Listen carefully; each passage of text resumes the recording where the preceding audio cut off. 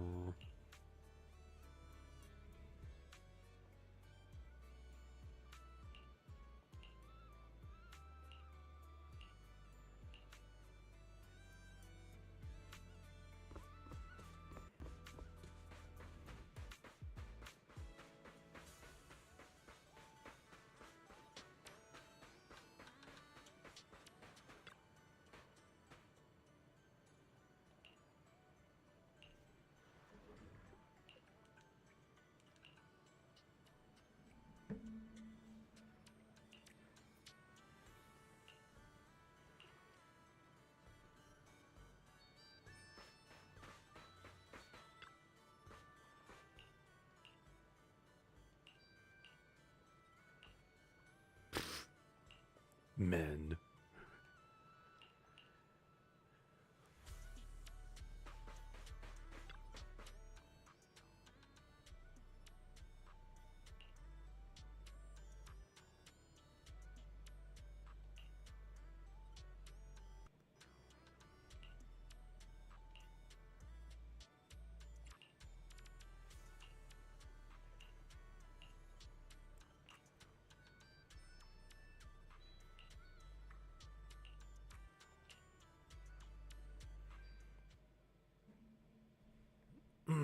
Alright, let's shoot him up.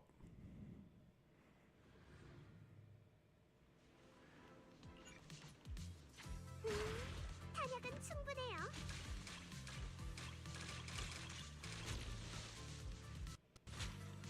아직이에요.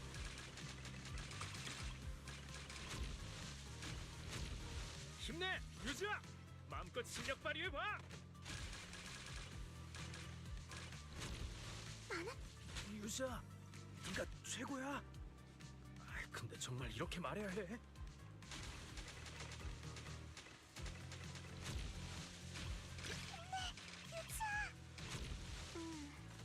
유주아가 싫어하거든.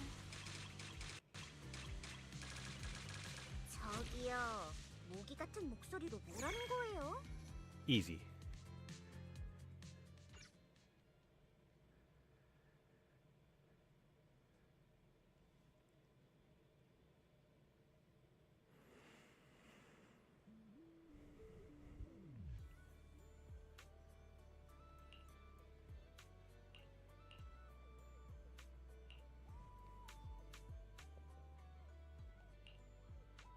미아한테 들었단다. 너희 별거 아니에요, 에이에바 할아버지.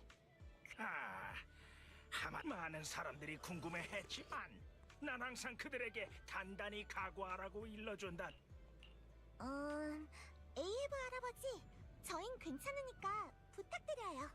물속에서 처음 싹튼 생명체부터 육지로 올라온 네발 짐승에 이르기까지 생명은 진화라는 긴 여정을 걸어왔지.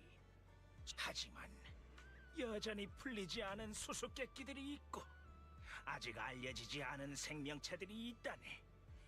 소년, 소냐, 토끼와 너구리 친구들.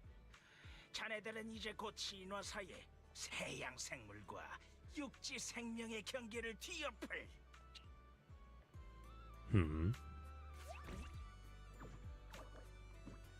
Well, that's not what we're looking for.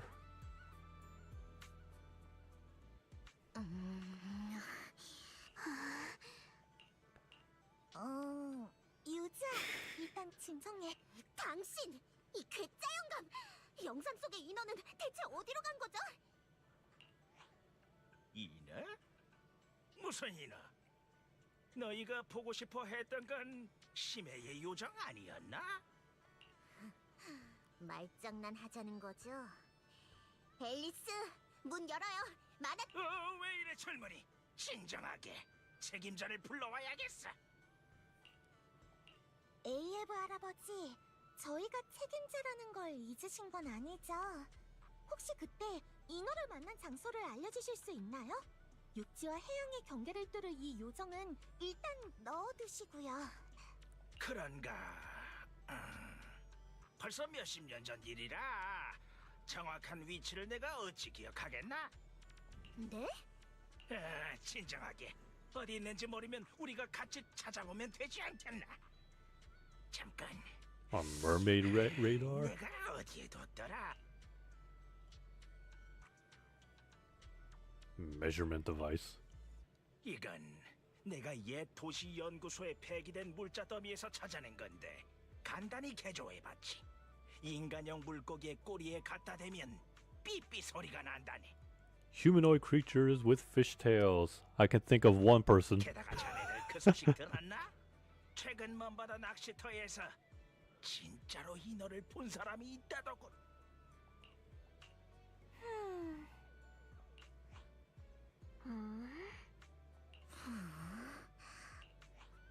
그 못 믿겠다는 표정들은 뭔가 엠피한테 가서 물어보든지. 손님들도 다 봤으니 말일세. 물고기가 있든 없든 일단 한번 그물은 던져봐야 하지 않겠나. 나를 믿어보게. 먼바다 낚시터에서 이 레이더를 사용한다면 분명 반응이 올 걸세. If you say so, old man.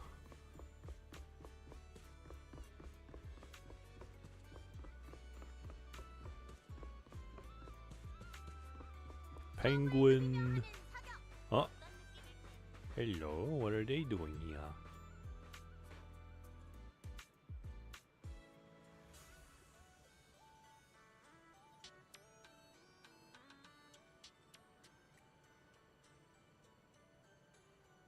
Ah, Corin's still doing her best. What are we... Just having a nice evening moment.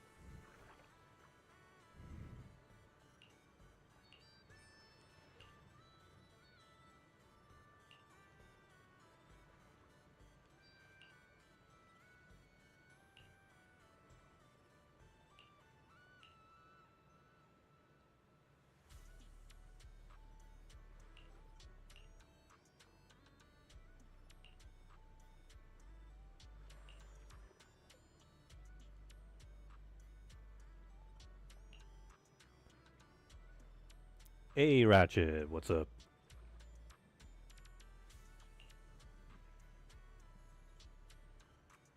End up in the hollow?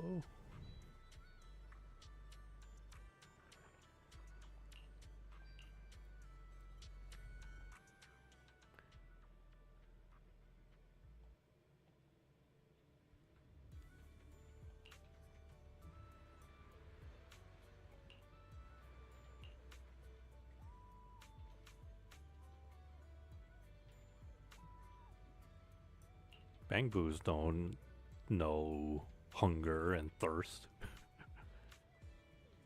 But at least they know how to cook.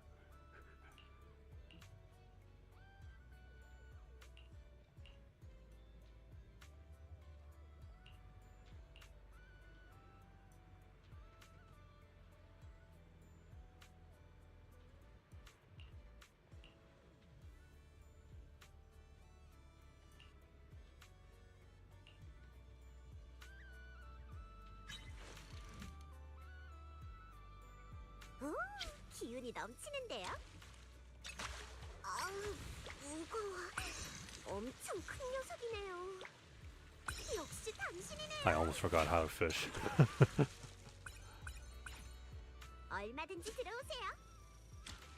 움직였어요. Oh no, it's R2. 잘했어요.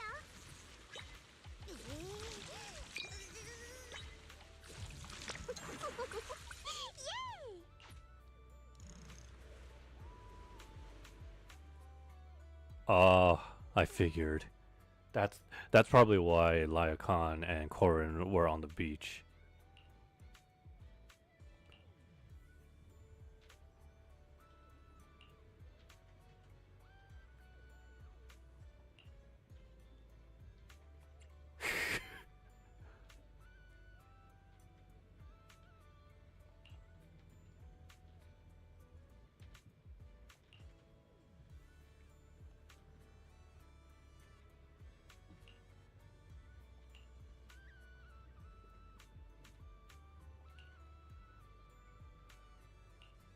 Ah, I figured the old man's radar was foreshadowing.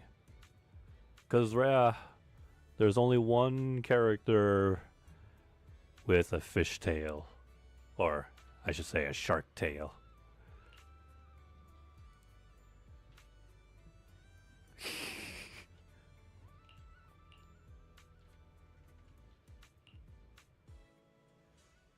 Ellen.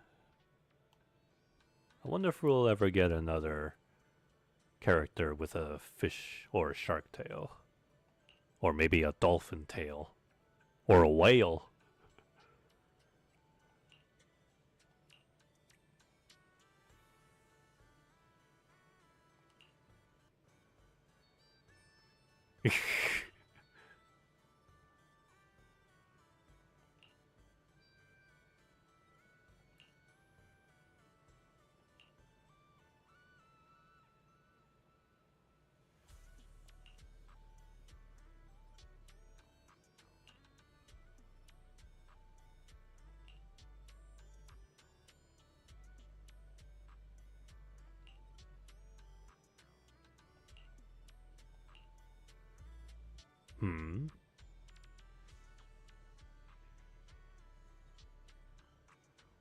Newspaper clippings. 내가 처음 인어를 봤던 날, 어선은 풍랑을 만났고 스쿠르는 암초에 부딪혔었지. 배는 제어할 수 없이 짙은 안개 속으로 떠밀려 들어갔다네. 내가 갑판에 엎드려 어쩔 줄 몰라 하고 있을 때 갑자기 요정 같은 노랫소리가 들려왔지. 그 다음은 자네들이 배의 기록장치 영상에서 본 대로라네. 난 여러 학회와 기관에 영상을 보냈지만 그 대가로 받은 건 의심과 소외뿐이었지. 난 구조되었던 그 바다를 계속해서 탐색했고 한 번은 인어의 그림자를 다시 보기도 했다네. 노랫소리를 따라 그림자가 사라진 암초로 하지만 노랫소리는 갑자기 멈췄고 나는 인어가 도망칠까봐 속도를 내며 앞으로 나아갔다네. 그런데 그 순간 암초 뒤에서 무언가 물에 빠지는 소리가. 그럼 사실 그때 인어를 만났던 곳을 기억하고 계신 거네요? 물론이지. 단 한순간도 잊은 적이 없다네. 부두에서 와이페이 반도로 향하던 그 옛 항로, 가장 짙은 안개가 끼던 그 바다를 말이지. 난 결국 인어를 찾는 걸 포기할 수밖에 없었어. 그저 남은 자료랑 앨범이나 정리하는 게 내가 할 수 있는 전부였지. 잠깐만요. 이 앨범의 마지막 사진이 왜 미아의 사진인 거죠? 설마 미아의 할머니가 사실은... 그런 거구나. 그러니까 인어를 찾으려는 건 사실 가족을 찾으려 했던 건가요? 아하, 그래서 그렇게 집요하셨던 거구나. 에? 무슨 소리냐? 전혀 다른 종족이잖아. 이 녀석들 허구한 날 대체 뭘 보길래? 에휴, 지금 생각해보면 모든 게 그저 환상에 불과했지. 그리고 나는 그 공허한 꿈을 위해 내 인생을 낭비한 거고. 이렇게 된 이상 나는 그저 손녀와 함께 시간을 보내며 이제는 내가 져야 했던 책임을 최대한 지고 싶을 뿐이라네. Yeah, I'm doing the Yuzaha episode. 이미 충분해요, AF 할아버지. 미아 씨의 가게는 할아버지의 도움으로 손님이 많이 늘었어요. 다 너희들 덕분이지. 이런 전설이나 괴담은 한번 듣고 찾아보는 걸로 좋게. 이쯤하고 그만두는 게 어떻겠나. 너무 몰두하진 말게. 그렇지 않으면 나처럼 일생을 바친 끝에. 아니에요, 선장님. 이 방의 이야기들 엄청 멋져요. 빌, 과거의 향기를 찾아주실 수 있나요? 잠깐, 자네들 뭘 하려는 거지? 거긴 공동이라네. 한번 들어가면 평생 나오지 못할 수도 있어. 걱정하지 마세요, AF 할아버지. 공동안의 길에 대해서는 제가 좀 알아요.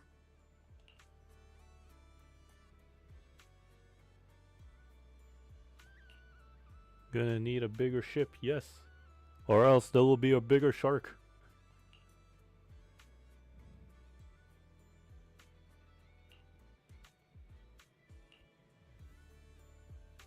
I recently already did Alice's side, so this is practically the last bit.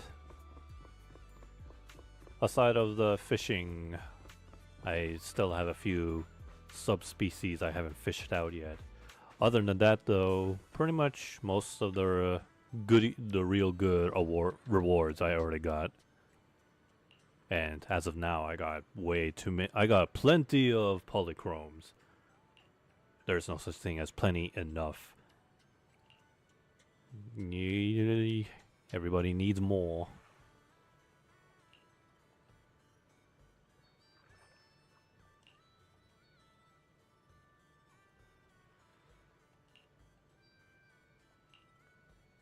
How much? I think as of now 30k, I think.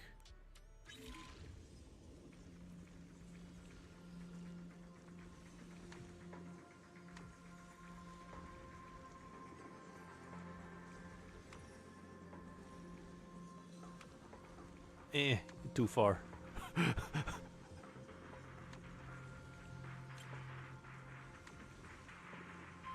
There we go. They keep changing the puzzles, which is good because, you know, you don't want the same puzzles over and over.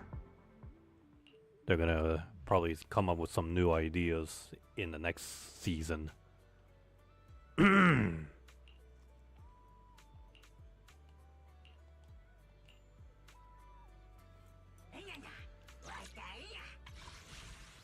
Oh yeah, over 30k plus 20 master tapes currently. Hold on, what are they doing here?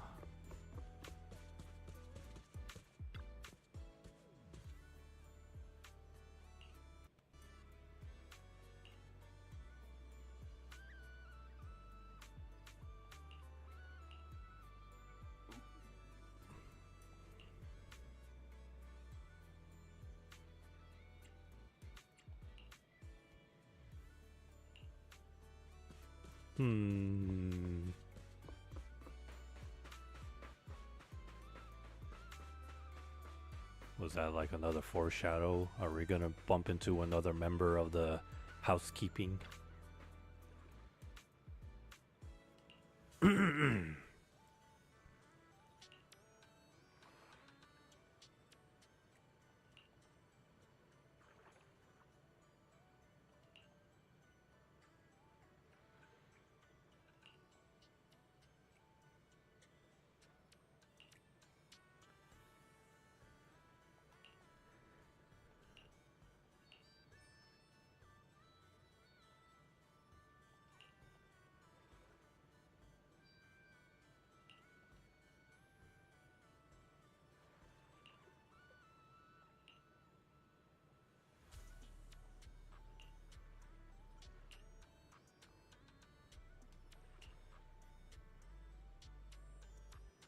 Into the hollow we go. 잠깐만, 더 공동이 깊은 곳이야. 공간 왜곡이 발생할 가능성이 크게 높아지지. 유자! 듣고 있어? 죄송해요. 전... 앞으로 100m만 더 항해하면 반드시 귀향해야 해. 네가 아쉬워하는 건 알지만 더 많은 관측 데이터를 수집하고 다시 오자. 네, 알겠어요.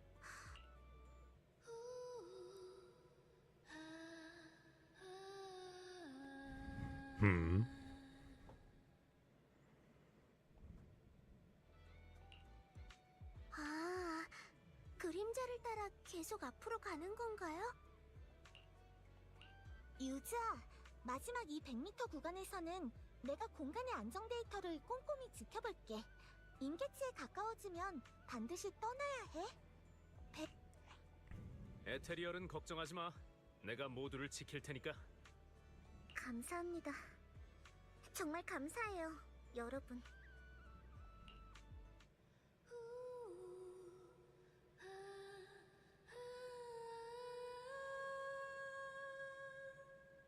At what point does something that's considered a myth in real life, I mean, a myth is actually a myth? I mean, especially ZZZ has a bunch of, you know, fantasy fictional stuff. But a mermaid is the one thing that crosses the line. 조금 더 앞으로 가볼게. 잠깐, 일단 멈춰주세요. 다들 움직이지 말아요. 유자, 무슨 일이야?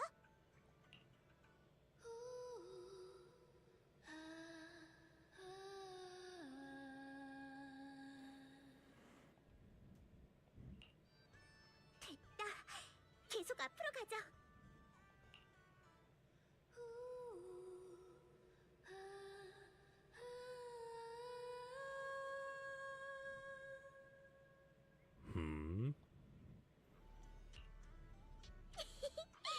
잡았다. 제가 이겼어요.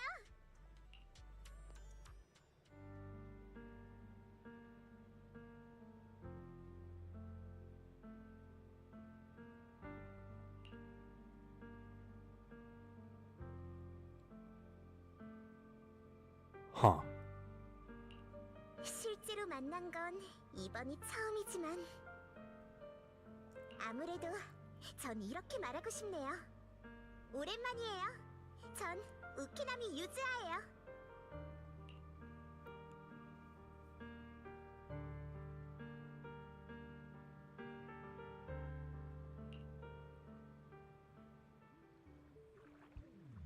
Fairy tale. Alice, we're in a world where there are Therans, aka humans with animal tails and ears. But a mermaid is the one that crosses the line?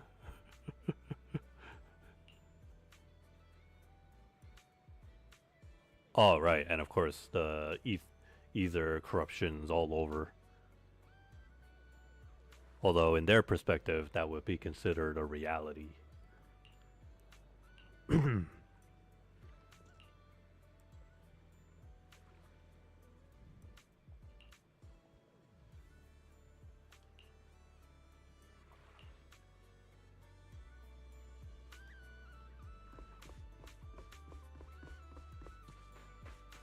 I am ready to pull some gotchas when Phase 2 banner goes live. 어떤 느낌일지 궁금하지 않으세요? Yeah, definitely more than prepared.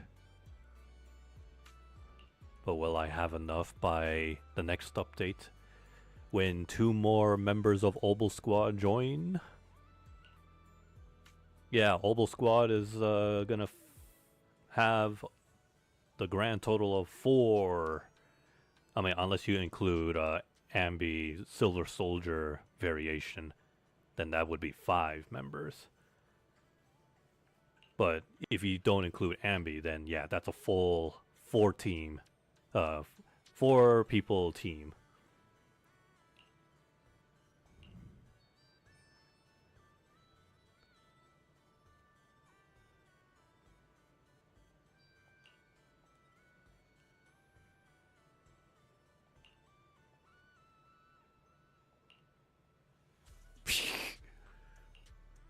We wouldn't kidnap a Bangbu.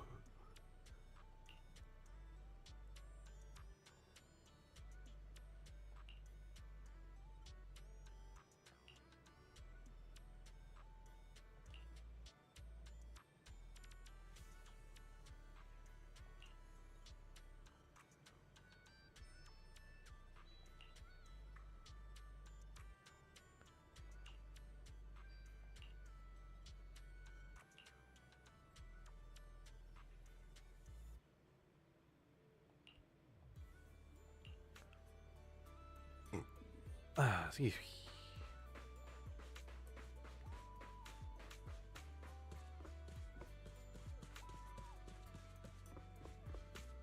수족관에 오신 걸 환영합니다.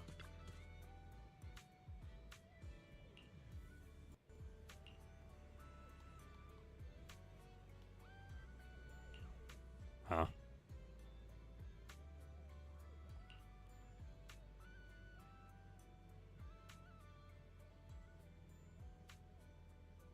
Oh.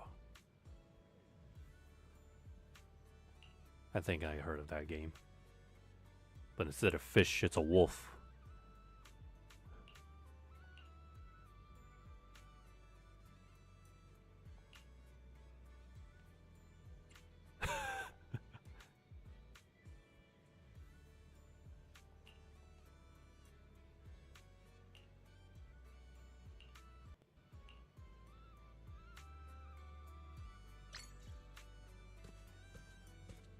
깊은 바다 That's 속에서 it? 꿈결 같은 세계를 즐기시길 바랍니다.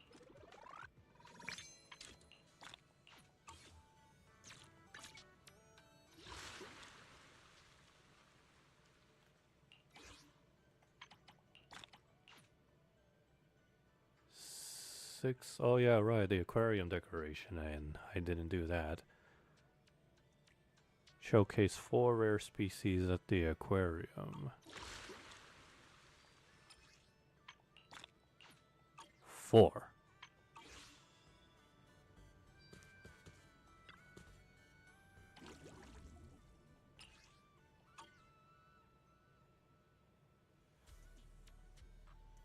I only have 2.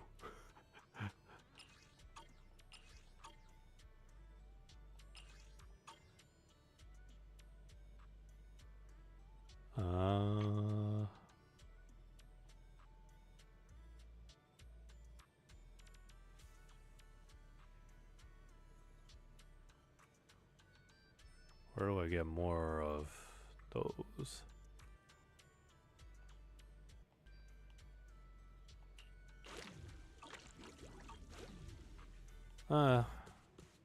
It's not a complete loss. It's only like 10 polychromes. But if I want to do it, I could. And plus, this event lasts for 31 days. Oh yeah, no, I have all the time in the world to even do those. Fish with a rainbow color star means that's a rare one. Ah, okay. I thought it was like blue one, right? Blue star. Yeah, I think the ones with the extra star. Or yeah, rainbow stars, the ones with the are considered a subspecies. The rare ones. So rare subspecies. But I don't feel like doing fishing. Not yet. And besides, I got a whole month before this whole island becomes, well, nothing but a memory. So enjoy while it lasts, but at least you get to keep the costume. That's like the only the outfit is the only thing that you still keep.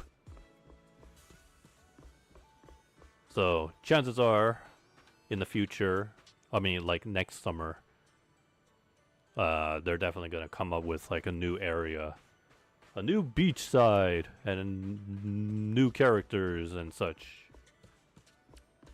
Just like how in Genshin has done that every year. In every like summer event, there's like a limited time world you get to explore. And it's such a shame too, because they feel like they fit in with the open world. Except for the storybook one. That one was actually, I would have loved the storybook world to stay there.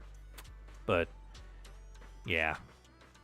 The part where it feels like it's part of the Genshin open world is that you can fast travel. Plus, it has waypoints and limited time primo gems. And yeah, it's like a whole structural world that they developed. But once the event ends, they just completely remove it. You can never go to it. And I would just assume the data files for that summer event like this one is like gone. You can't like emulate it or whatever. But at least it saves a couple of gigabytes, I guess, or replaces it with the permanent worlds, Anyways, whatchamacallit? Some things I wanna yap about before I switch. Evo. So, a couple of things that I did see revealed. Sega revealed another version of Virtua Fighter 5. The last time VF5 came out with the update was a new variation update was on PS4, right? What was it called again? But anyways, but this one it's a next gen upgrade, and it's also coming to Switch 2. If you already have Virtua Fighter 5 on PC Steam, yeah, there's a free upgrade. Now, for those who own the PS4 version, the currently latest version of the game, there's no free upgrade because that's the PS4. Oh wait, no, that's no excuse. There should have been a free upgrade because I have the PS4 version. I think I speak for all PlayStation users. They should also have a upgrade, and I don't care if it's free or not. Why would Sega force Sony players to spend a full price? Or, no, I don't think it's full price because it's practically the same game. But yeah, it has crossplay. The final boss is now playable with and been adjusted to competitive level. So, well, the final boss is named Dural has been tweaked, balanced for the sake of competitiveness. So she is tournament legal now, or by the time the game comes out. But it's good to see that Sega is continuing to support Virtua Fighter. I mean, we already know they're working on the newest one, which we're dubbing it as Virtua Fighter 6. And yeah, they're trying to keep up the hype of Virtua Fighter. And with the game coming out on Switch 2 as well, and again, it's all with crossplay. It should be safe to assume that they're doing the same thing with Virtua Fighter 6. Roll back, and get new players, get a good grasp on what Virtua Fighter is, and there is one feature where you can fight CPUs, but they are based on their fighting style is based on actual competitive players. So in a way, while not really directly, but you get to sort of like simulate fighting against those CPUs that fight like those professional competitors. What the trailer didn't say though is that despite having a CPU mode, I don't think there's like a free CPU, like you know how you can just freely choose a character, set CPU at your own will. Because if you remember, every version of Virtua Fighter 5 does not have a free versus mode. You are always forced to play arcade mode, just for like CPU matches. Hopefully the latest version has a free CPU mode because, like, I think it should be a staple thing. Every fighting game should have. They shouldn't just force themselves to keep playing arcade mode for the sake of CPU battles. I mean, come on, look how long it took Tekken to finally have that. Not even the spin-off like tag team tournament didn't even have a versus mode. You always had to do arcade, which is stupid. I am very nervous about how there are two people. Wait, what are they doing?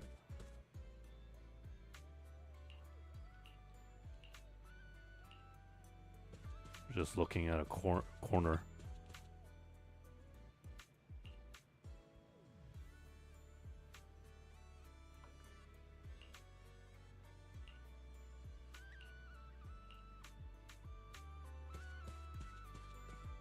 It's kind of creepy when people kind of like stand in a corner looking down, like it's Blair Witch Project or something.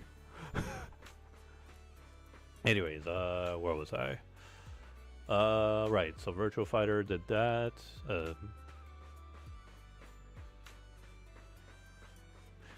Last I checked, Maximilian Dude today, he was just trying out Sagat. Oh, right. Marvel Tokon gameplay. Yeah, I saw Max play, showed off his footage. And yeah, I think I got a good grasp on the gameplay footage based on what we've seen. And yeah, it's definitely not trying to take MVC's thunder, no. And it was never going to be that case. Arc was just doing their own thing. They were just making their own tag team Marvel fighting game.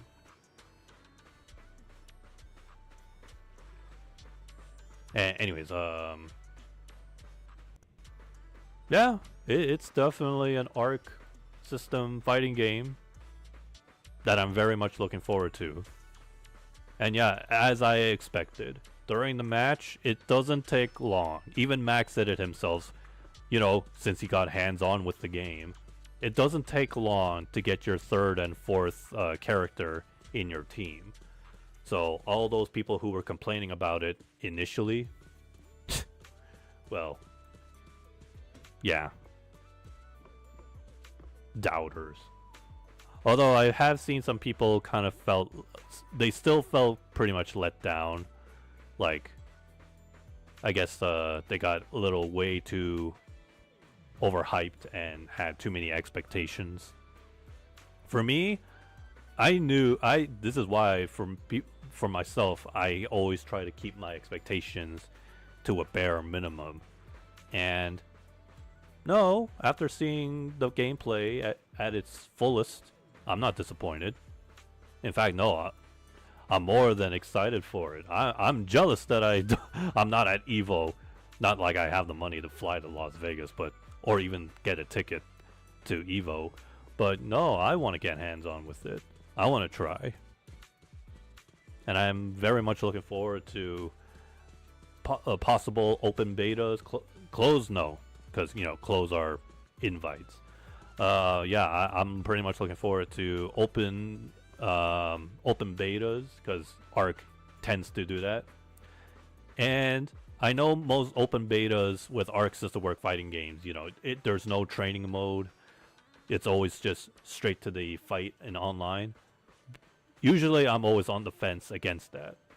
But this one will break the mold for me. I am actually gonna break that fence and say, training mode or not, I want to get hands on and play for myself, and you know, I want the experience. I want the Marvel fighting game here. And who knows how many characters they'll have by the time the beta goes live. Probably not a lot, but whatever they get out at that moment. As of now, yeah, there's not that many characters. Ghost Rider, Spider-Man, I know are not playable as of now. But for what it's worth, for the current characters that are available, and yeah, I have seen some of the high play combos, and yeah, we got confirmation of, I guess I want to call them, I guess it's kind of OTG, but yeah, there is some OTGs and corner combos, of course. And I do like the fact that there is no infinites. I mean, as of now with the current build, and I hope it stays that way. Cause, I think I've already said this before. Some games like MVC, or any other fighting game that has infinites, it's not fun to watch.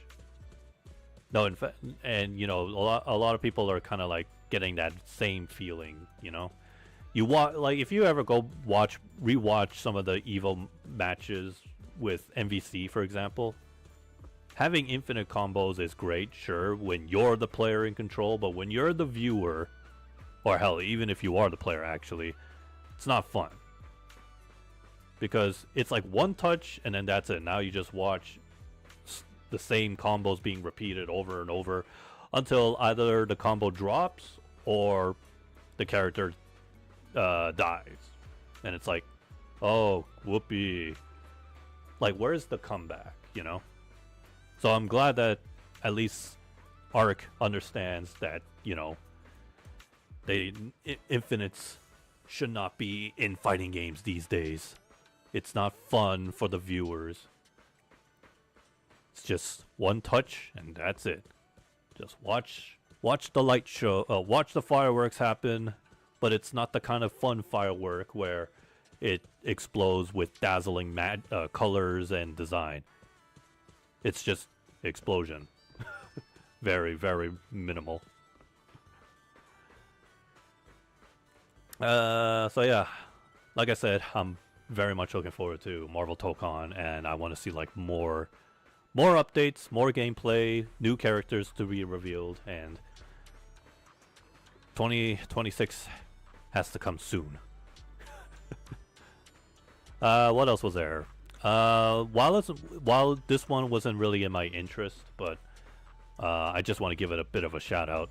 Invincible Versus is going to have a content creator mode, which basically is an option that just turns off the gore.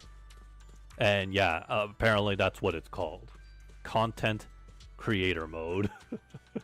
Because you know how YouTube and Twitch are such babies, they still have their pacifiers on about gore and violence in their platform. I know, weak sauce.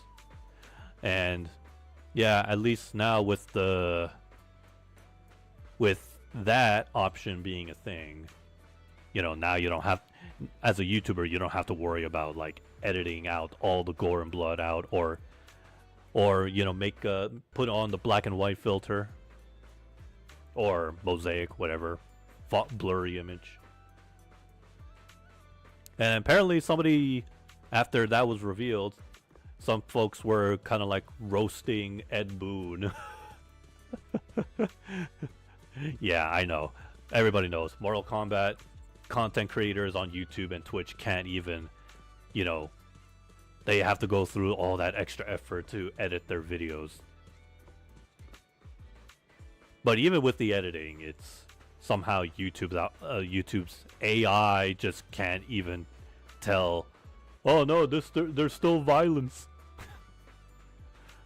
Oh wait, there's violence? I don't know, I can't tell. I'm just AI. I only know zeros and ones.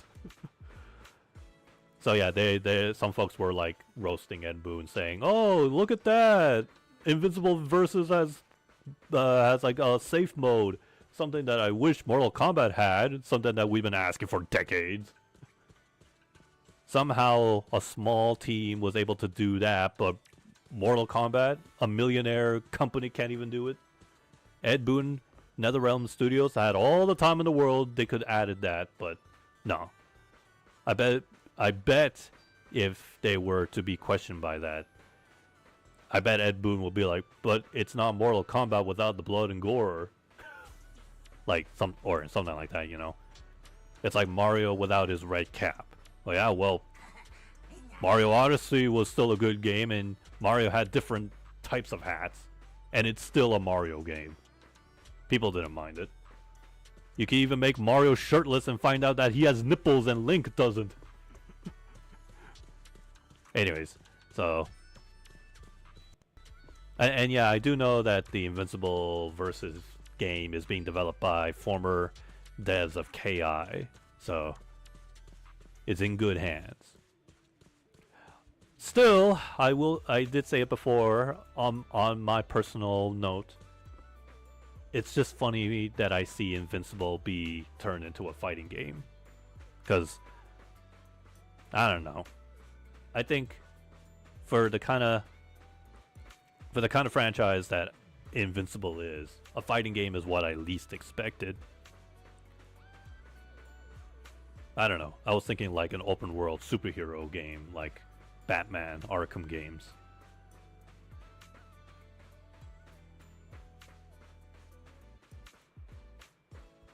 Yeah, but it is what it is.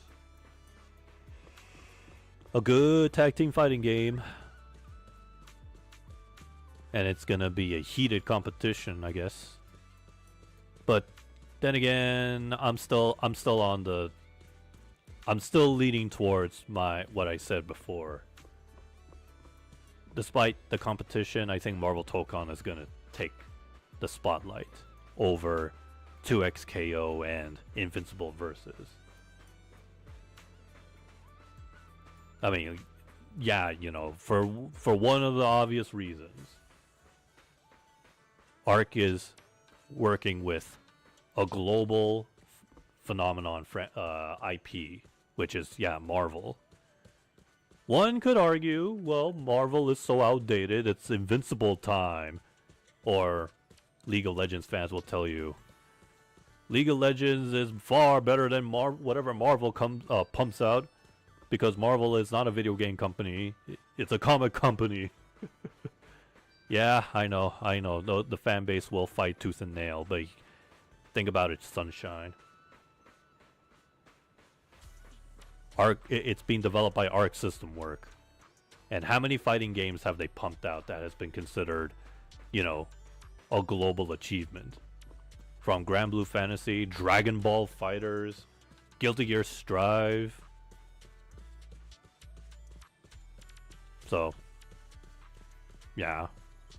You know, Arc still and Arc is now making a Marvel fighting game. But yeah, but yeah, like I said, Marvel IP, global phenomenon, so that's kind of like hard to compete with. At least in my opinion. I wouldn't be surprised though if maybe Invincible Versus actually turned out to be somehow close to be as good as Marvel Tokon. As for 2XKO, I don't know. It may have League of Legends characters, but it's not League of Legends. It's a fighting game. 2v2, but the restriction is you don't control two characters. You have to have another person with you. Because, you know, that's how it is with... Just like League of Legends. You can't... Nobody in your team cannot be a bot. You can't even start a match unless all... What is it? 6? It's 6 versus 6, so 12 players. And, yeah, if somebody leaves, well, no bot is going to replace it. Because that's not Riot game style. So, looking at 2XKO... unless they announce that you can actually do 2v2 where you can control both characters, like, you know, like traditional, like, you know, like MVCI, then sure. But as of now, nah. That's right now the biggest problem that, in my opinion, the biggest problem that 2XKO is facing. You can't play a match unless you have somebody with you. And it's such an awkward case because imagine playing a public match, you know, like playing with randoms. It's you versus two other guys, but hey, look, your partner is not a CPU, but another player. Oh, what's that? You wanted to control that second character? Well, too bad. That's not how it's built. You're stuck with whatever character you're playing, and you're responsible for that character. Or, I don't know, I guess that's how it works. Because, honestly, I haven't seen 2XKO like raw footages and saw how much of a improvement it has over since the last time I checked it. I'm sure it has improved, but yeah, it's like I said, it's got a big competition ahead of it. Big. Anyways, what else was there? Bandai Namco didn't do anything yet. But yeah, I'm sure there's going to be a character reveal on their end for Tekken. No, I think that's it, right? That was there wasn't really that much on day one at EVO. Aside of Marvel Tokon. Cause yeah, I've heard a lot of people were, as soon as the doors were open, a lot of people were lining up for it. Well, yeah, duh.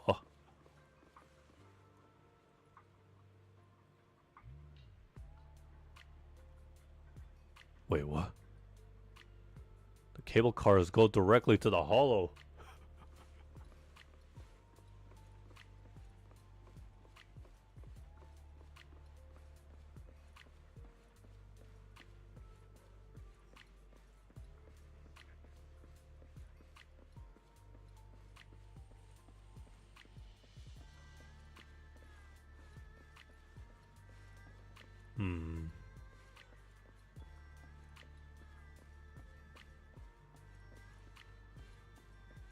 What's over here?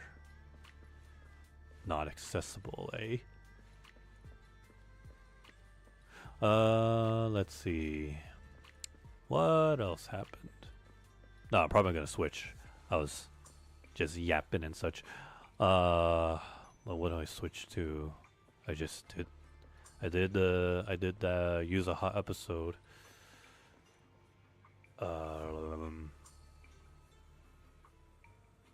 Oh. Alright, hang on.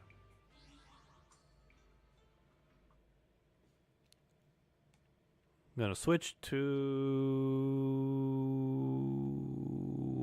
wait, Genshin or Honkai? Excuse me, I think Honkai actually. There's an event that's gonna expire soon, and I haven't even started it yet. I've been too busy grinding, and then I'm like switching between so many games. Procrastinating.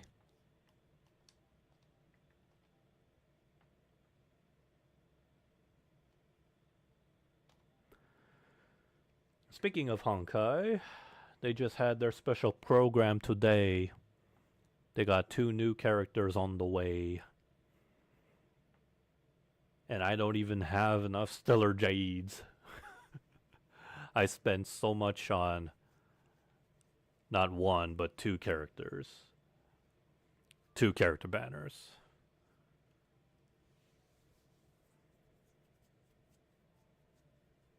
There's a Halo Infinite news. Huh? What kind of news? I was actually playing Halo Infinite just earlier before the stream. What did they share? What has 343 come up with this time?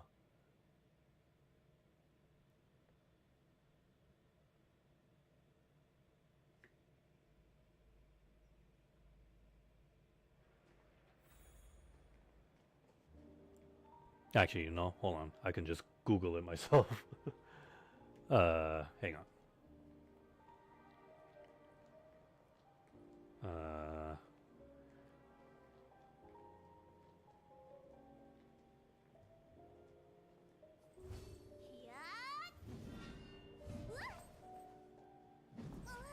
Fall update. Halo Infinite sequel announced as fans shared disappointment. No, that's June 2nd.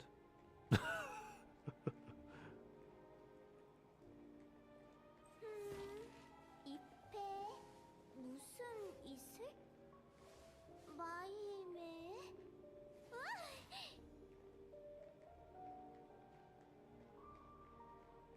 Fall update launches on August 5th.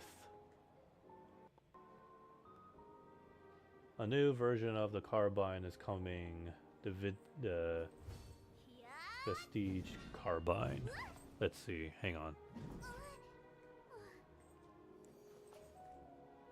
Oh, here it is. Yeah, I'm reading the news. Spartans returning from the winter, spring. Yeah. Fall updates. Fall update August 5th, which is what? No, today's Saturday. So Tuesday, I think. Tuesday is August 5th. Operation Shadows, Warpath, and then Halloween. New vehicle, Falcon. Wow. They're bringing back the Halo Reach vehicle. See, they can bring back vehicles. If they can bring that back, then same thing with weapons, right? Yeah, here, the Vestige Carbine.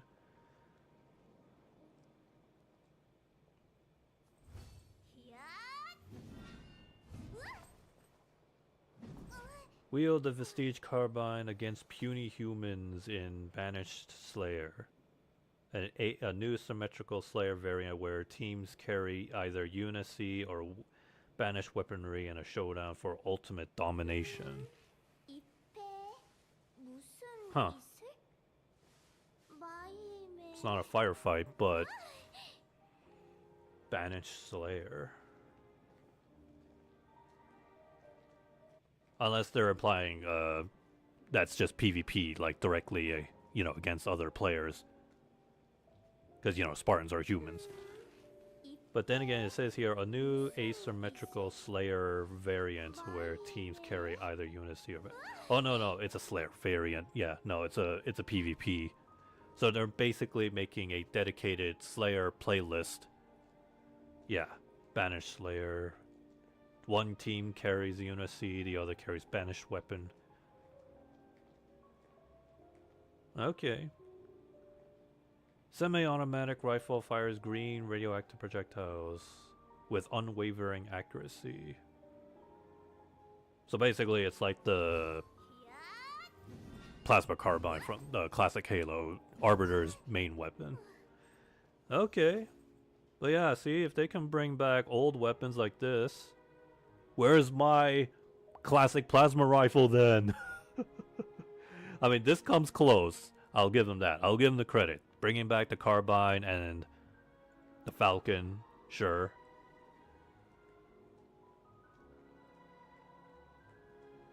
But where is it? Where's my plasma rifle? What else was there? Another free battle pass. And then there's a premium, of course. They showed off a bunch of playlists. A dedicated playlist with a bunch of Falcons, of course, because they need a playlist to highlight all new sorts of all the new content.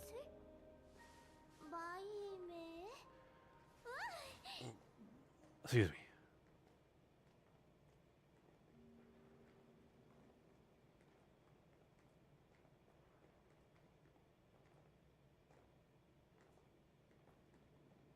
Banished teams go to war with the new carbine, a pulse carbine, and 2 spike grenades. UNSC team is kitted out with Bandit Evo, Avenger, and a pair of bouncy frags. Honestly, I feel like that seems a little unbalanced, considering that the Avenger doesn't really do much damage shield-wise. Whereas the Pulse Carbine, dude, very unbalanced. But I guess that makes sense. The idea is Unity versus Banished. I bet you that you can't even pick up the other team's weapon when they drop it. But yeah, that seems a little unfair, no? Because Pulse Carbine zero can actually like home in once you like lock on to a player, and then you know the shield gets taken down. But again, yeah, that's the idea. It's no different than when you're fighting in Firefight, the elites and grunts shooting plasmas at you. Falcon's gonna be in BTB. Oh boy. It's gonna be, I assure you, it's gonna be the #1 vehicle, airborne for airborne transportation for like something like what's that mode? The one where you collect the power seeds, or capture the flag.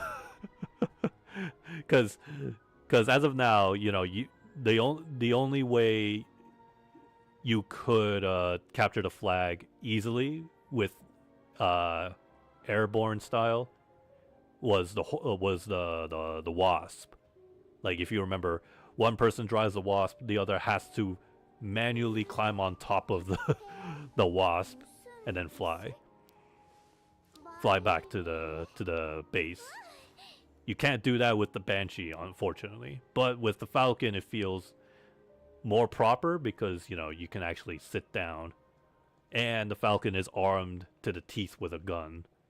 I mean, yeah, same with the Wasp, but the I'm gonna have to assume the Falcon has more armor than the Wasp.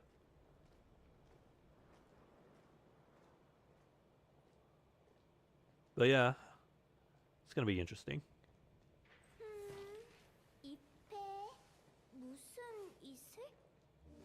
Oh, here's something. Finally!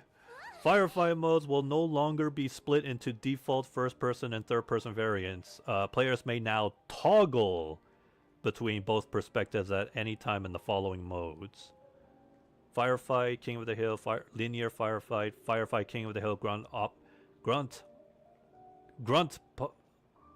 Apocalypse, Firefight Fiesta, Firefight, King of the Hill, but not Firefight Classic? Why not? What the heck? They got everything, 99%, but they missed one. Really? You can't even put that in Classic Firefight? Because that's like my favorite one. I mean, I don't mind King of the Hill, but I prefer the Classic one. Oh well. At least they got something done here. Now you can just toggle between first person and third person. Oh, you know, something that Star Wars Battlefront has already done many, many years ago. Yeah. It's good to see the devs of today are, you know, really slow. But yeah, again, I'll still give them credit. You know, they're still trying. Actually, not just the classic Battlefront games, even the EA one, you could toggle between first and third person, right?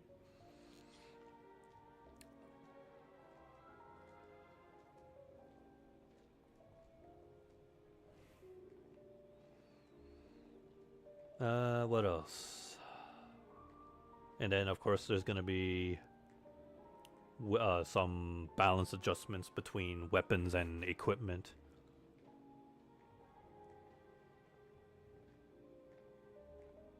Active camo will have a longer time.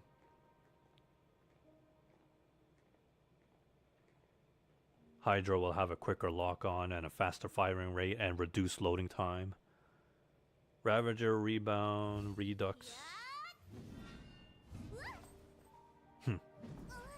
All of these, reading patch notes in any games just reminds me of when I used to read so thoroughly on Smash Brothers patch notes. Or I mean balance notes.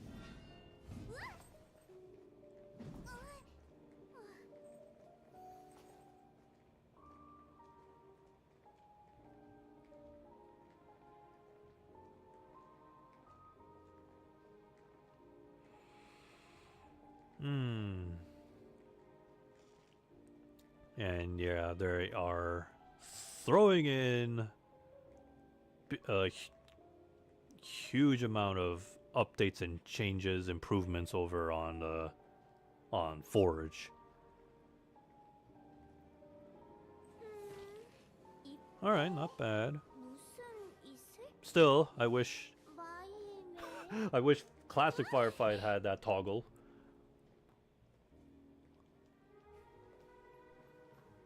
Oh well, they're working on it. Excuse me.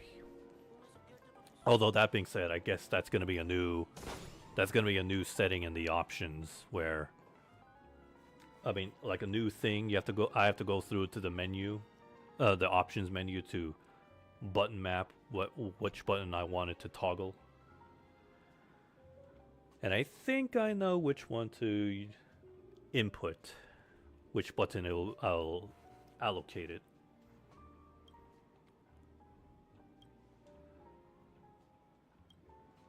So yeah, this is a returning event with some new stuff, I guess.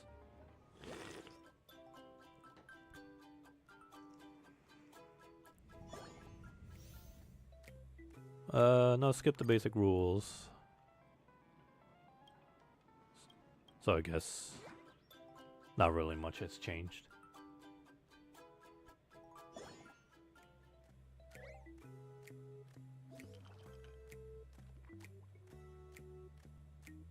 Both sides will take turns acting on the same board. Oh no, so this is the change. Clear fruits to increase the bird's combat power. The match ends after 4 turns, and the one with the higher combat power emerges as the winner.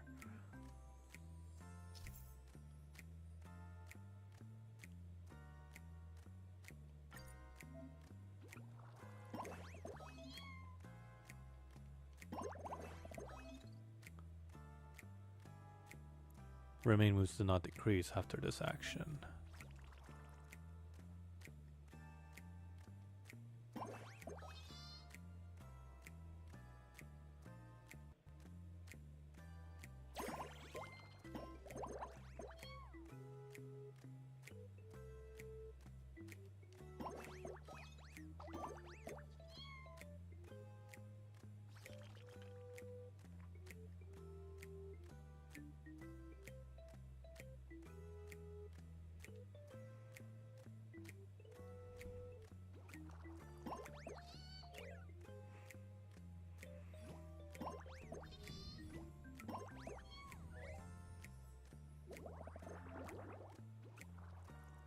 Battle items. Now we have battle items.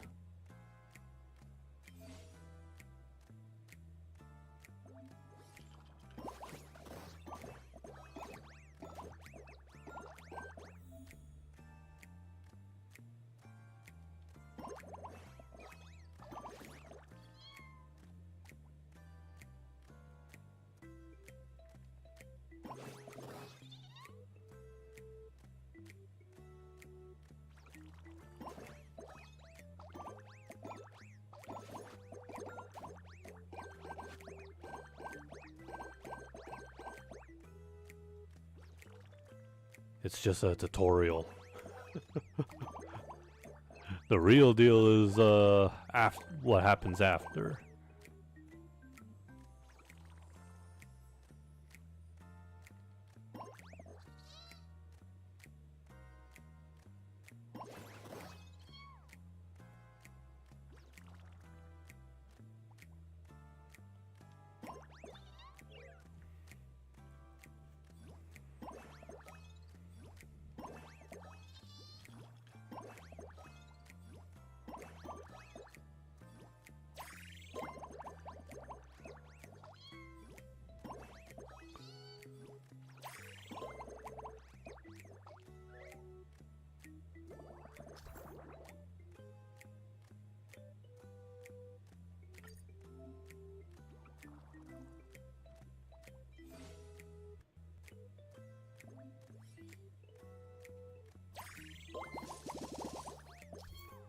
Huh. Swapping 2 super bombs.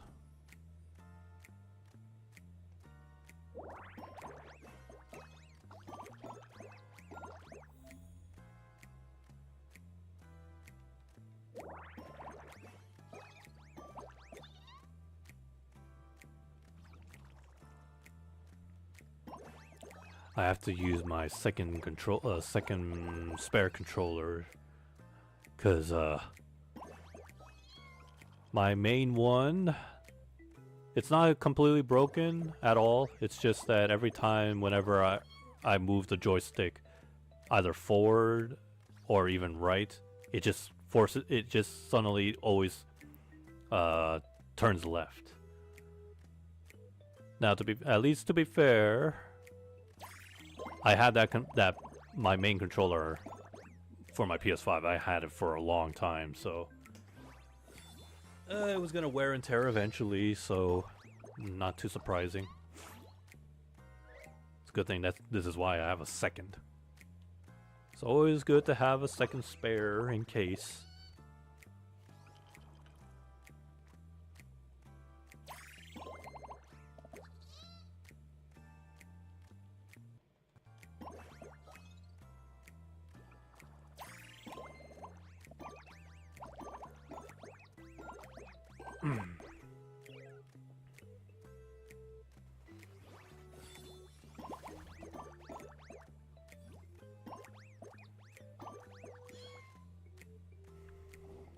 And then the one with the most power wins.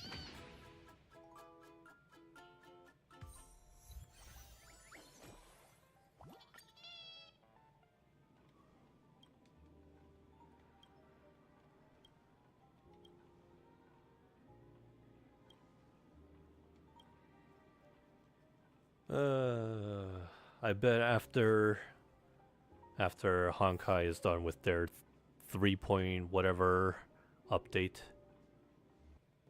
they're gonna go back to making a simple, straightforward story.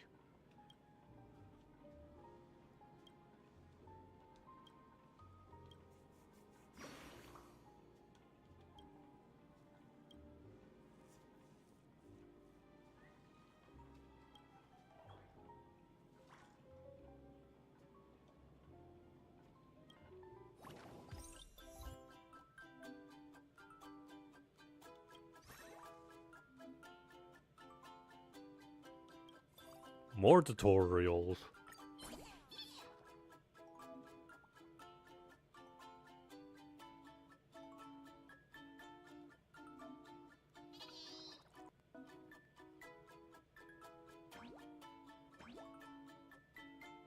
Blueberry.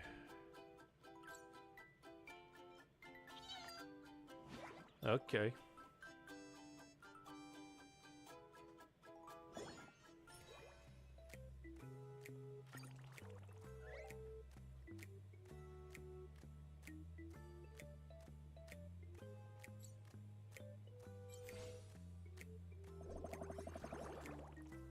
Oh, whoops.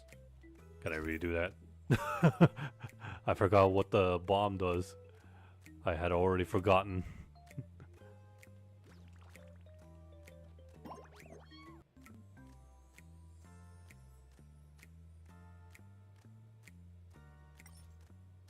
Oh no, I can't even go back.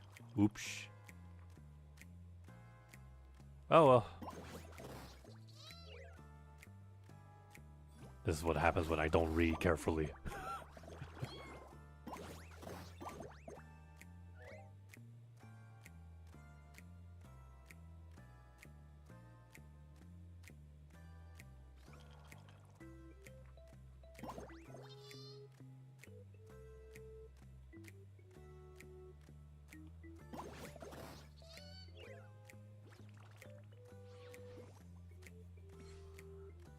Right, I should be going for the blueberries as well.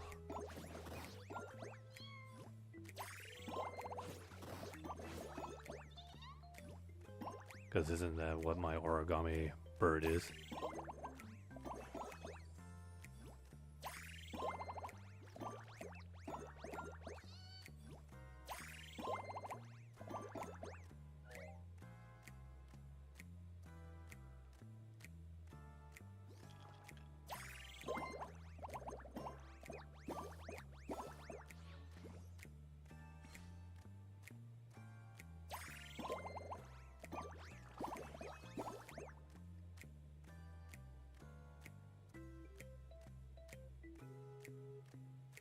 Throw 4. No.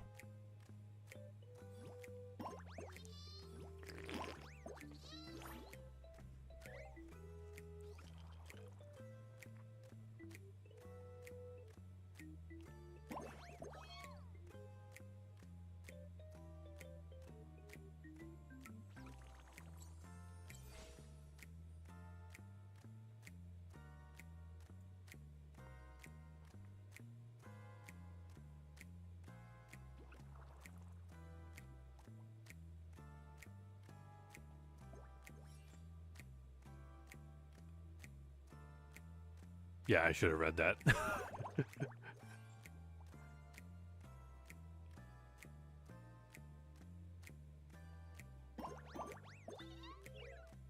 It's okay. I can redo.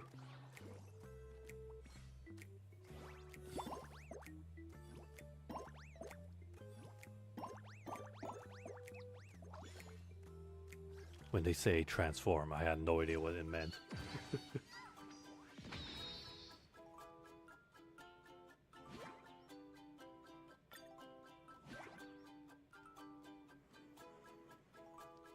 The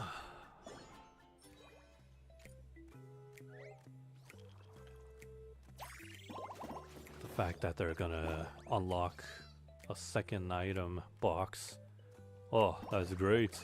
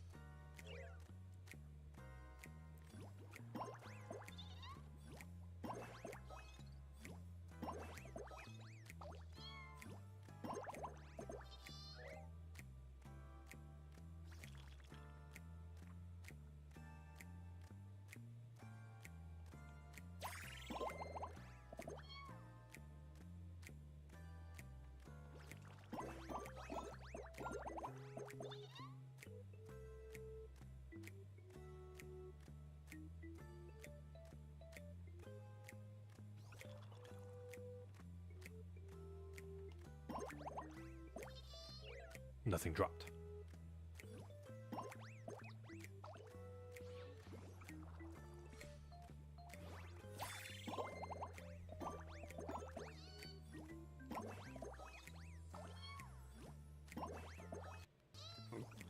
Excuse me.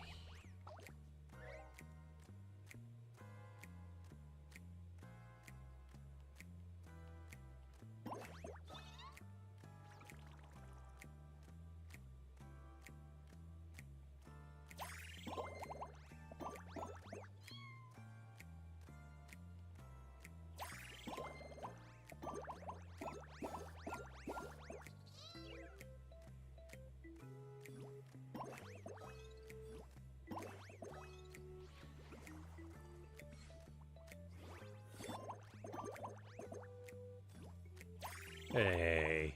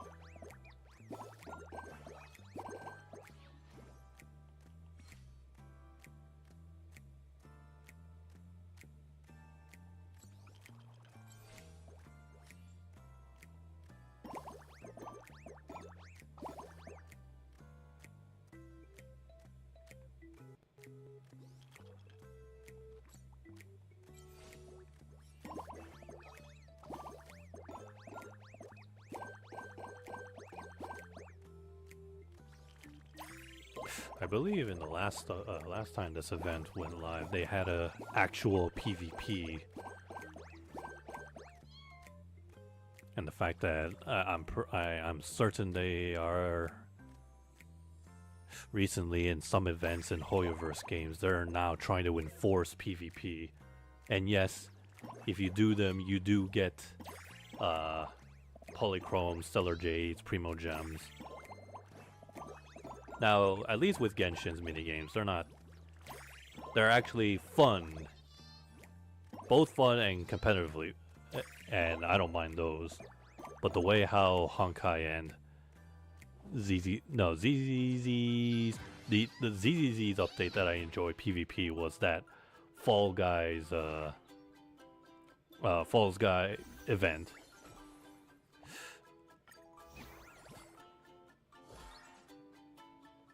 But somehow with Honkai's PvP feels like a threat.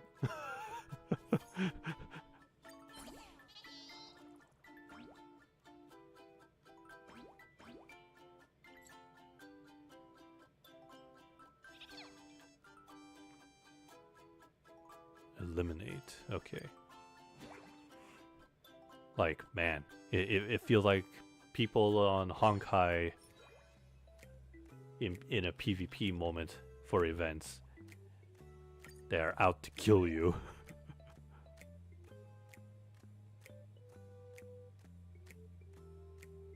Does the hammer eliminate?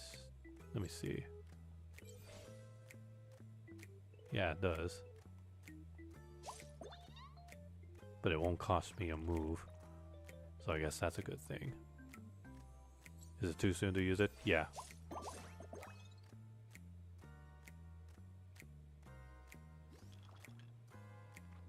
Which one has more? Wait.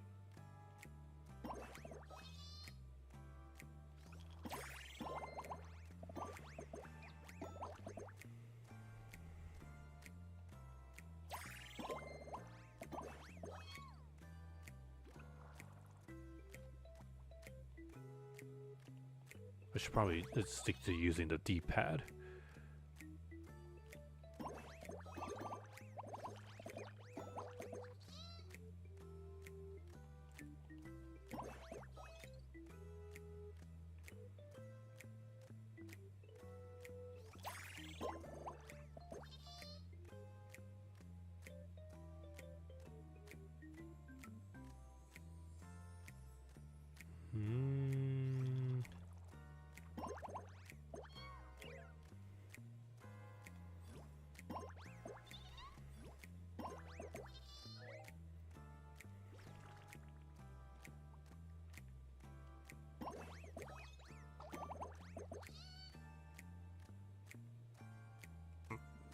Excuse me.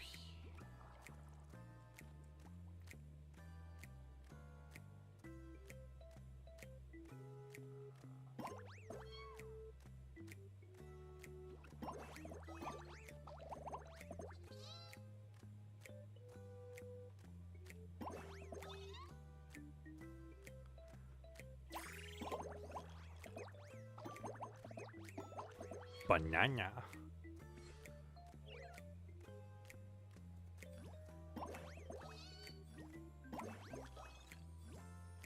Couple of games are on sale on the eShop, and some of the newly releases have like one of those, like what do you call those, 10% discounts on launch.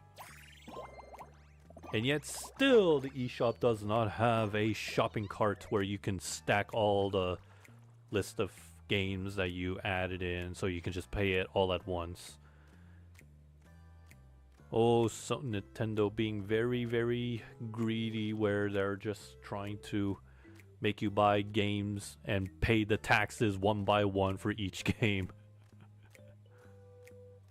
Whereas at least in PlayStation Store and the Microsoft Store, it's just like any other digital platform. Add a bunch of stuff in the cart basket and pay it all at once and with one single tax. Why is Nintendo so complicated?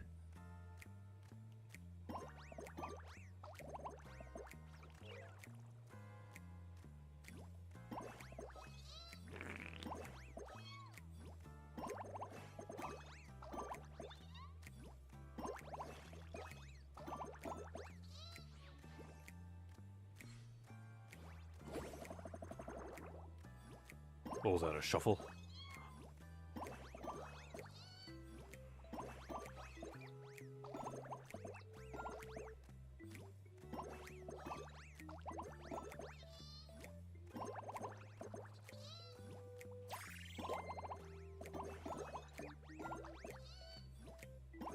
Nice comeback.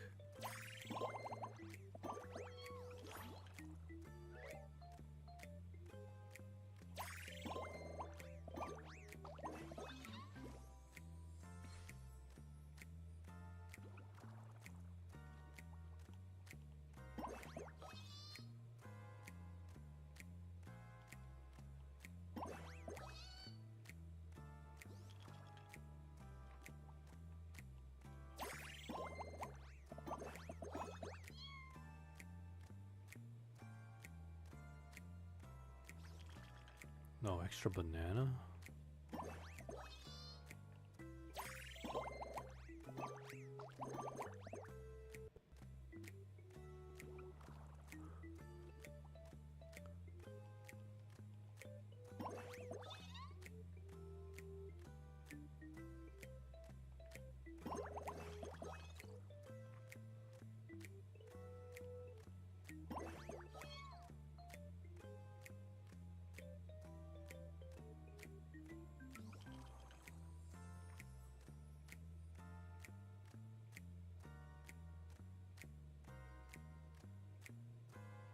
Hmm.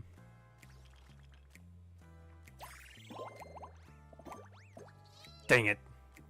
I wanted more bananas, but that's it. As soon as I broke, a couple more showed up. Damn, nice comeback. But it was not enough.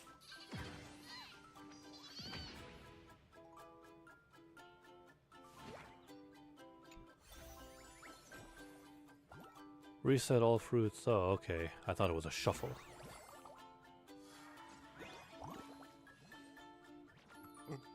Ah, excuse me.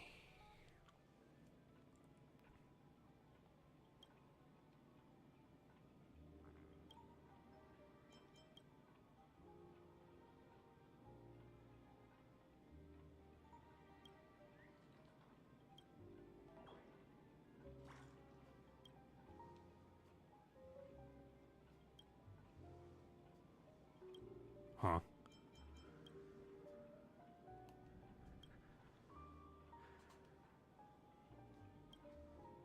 Nice relaxing time.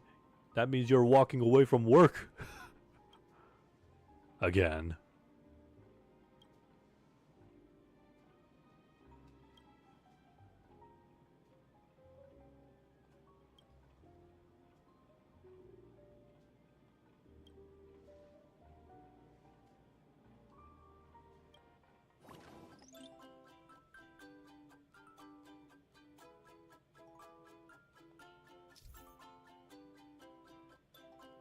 So, ranks. Item enhancements? What is this? Why did it continue to add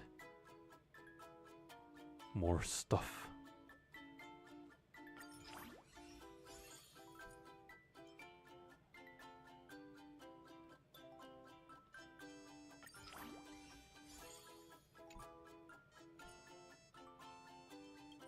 And then the good stuff. And more other goodies. That's what I'm here for. This is from the last stuff, the last one, wasn't it? Yeah. Huh. They actually brought back the previous events. Or yeah, previous version.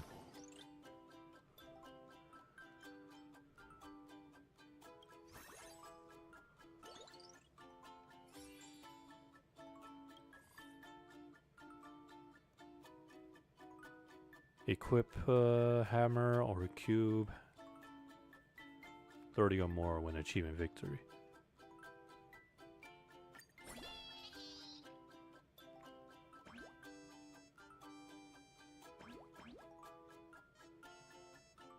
Blueberry.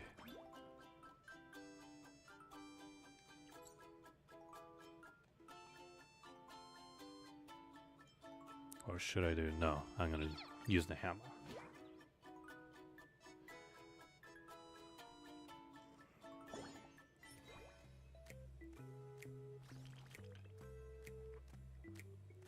Charge it until it explodes.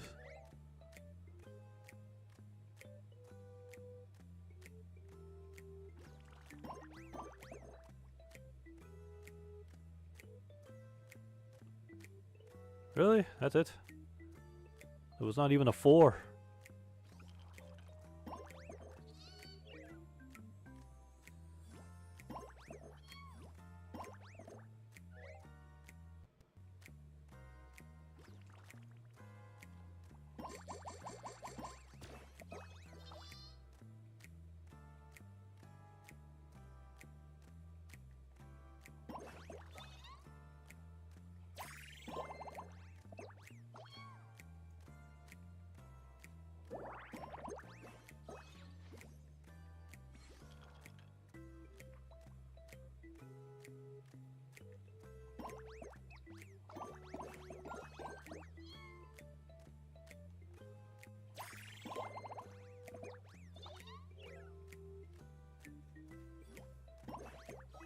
Anyways, it's good to see the carbine coming back.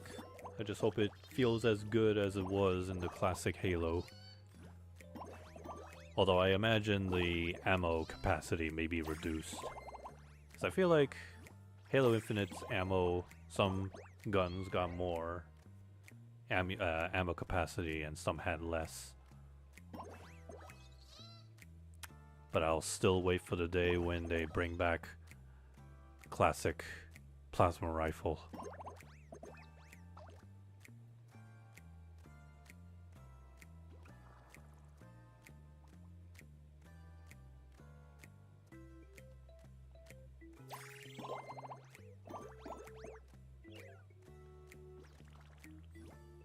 I mean, yeah, the difference would be, first of all, the pulse carbine is a burst plasma rifle, and it zeroes in on enemies, like homes in. And the plasma rifle, it'll just, you know, just be how it is, how it's always been. You have to manually fire it on your own. It doesn't home in on players.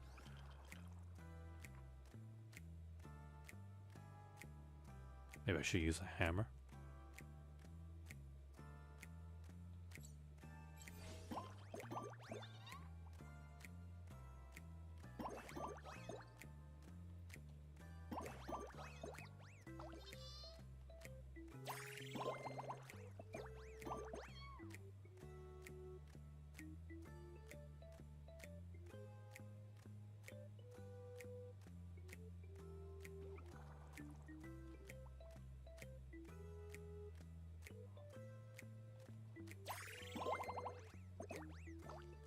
Dang it.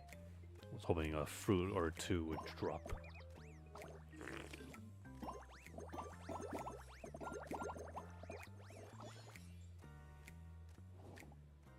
Dang it. By 1!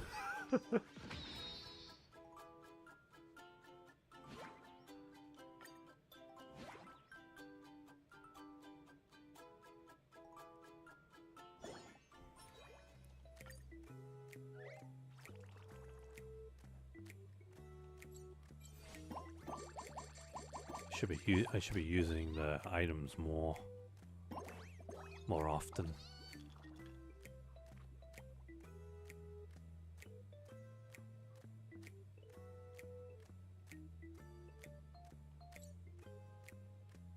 Should I?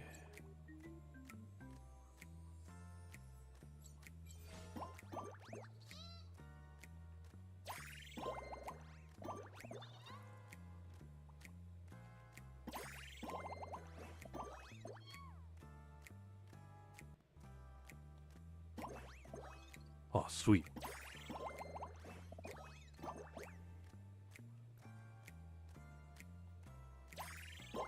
Oh shoot! Wait, no, that's not how it works. Somehow my brain was thinking of Puyo Puyo. Yeah, that's how it should be.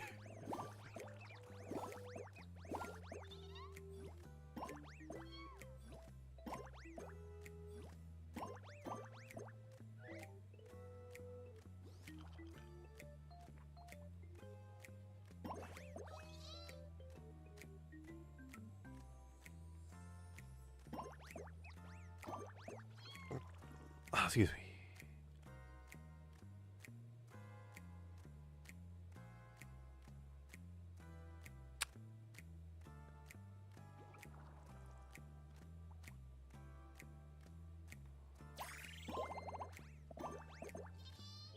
Ugh.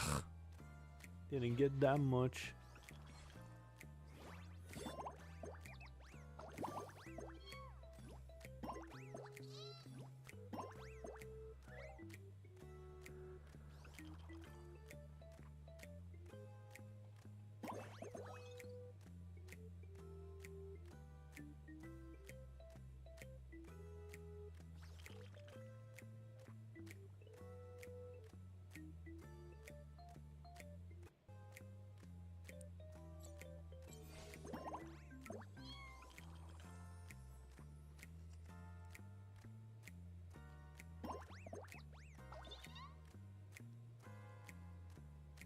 Ugh.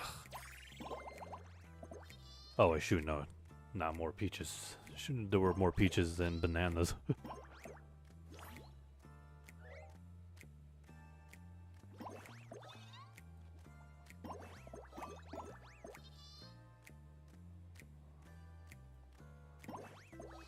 Not that many blueberries. Come on.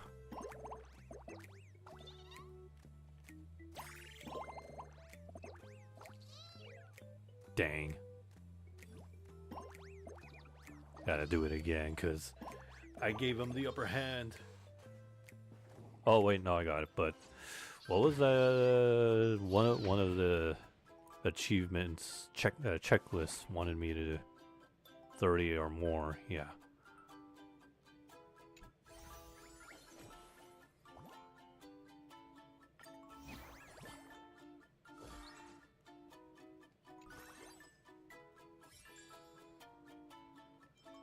No, again, I need.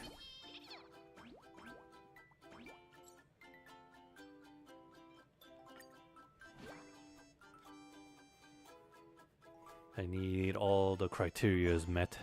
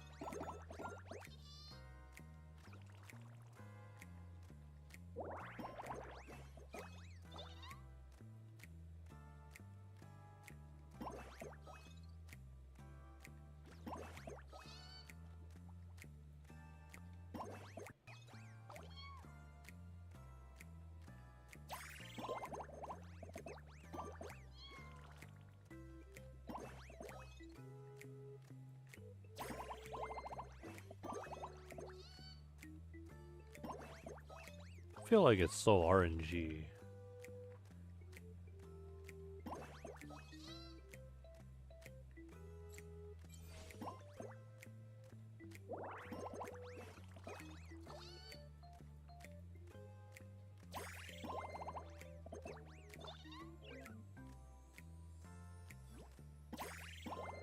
You just never know.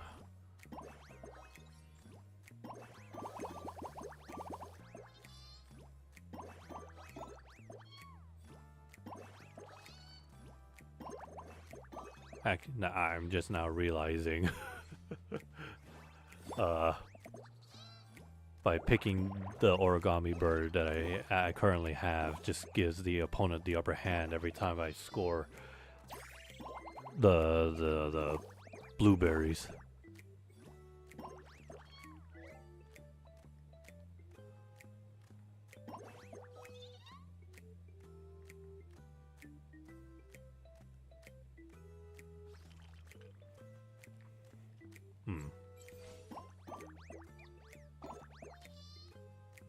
Not what I was expecting.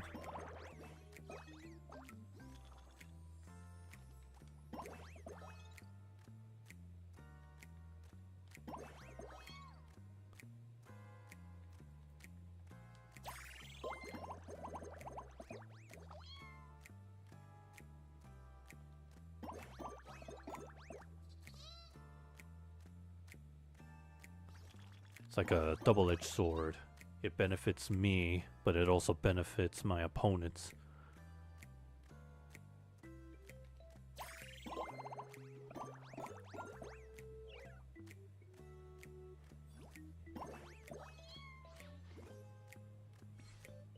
I was recently starting a fresh playthrough of RE4 Remake with professional mode. And yeah, I died too many times at the start.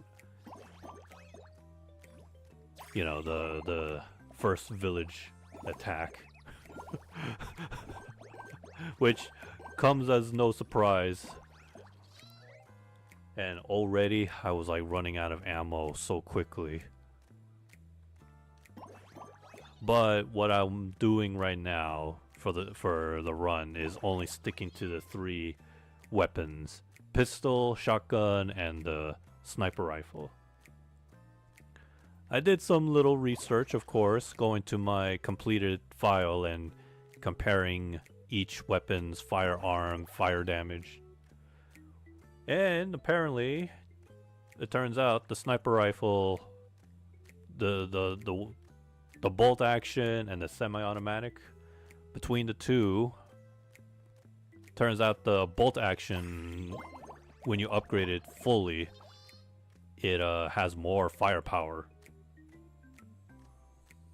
It does more damage than the Stingray.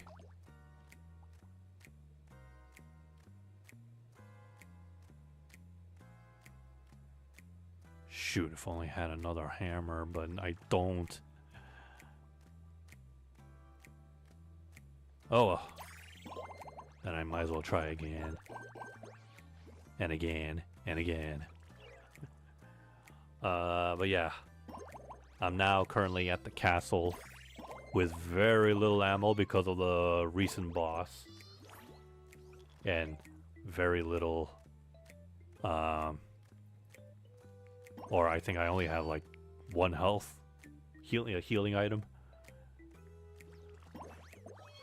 So it's going... So yeah, my run's going great.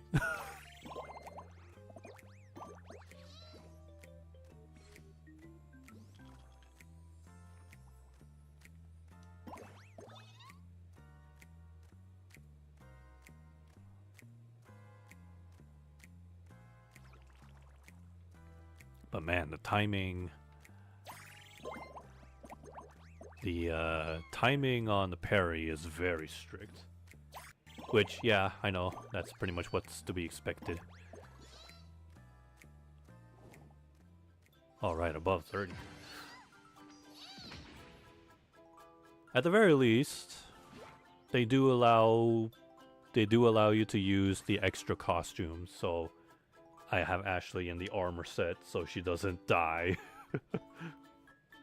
But if, yeah, of course, if I want the true RE4 Remake professional playthrough experience, I could always just start again and remove the armor.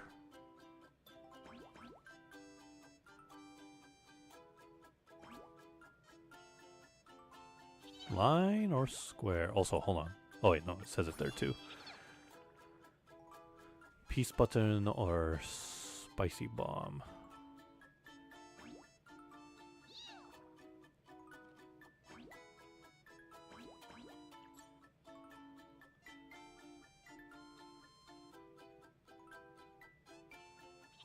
Turn it into a square bomb.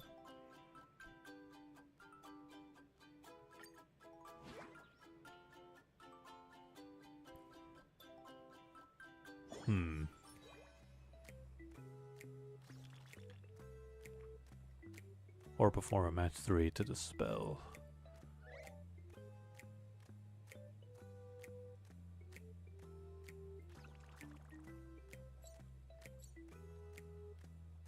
What if I...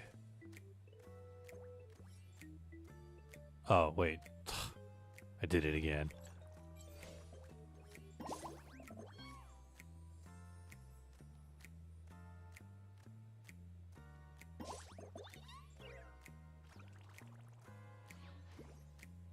No, I play it's a fruit that turns into a bomb.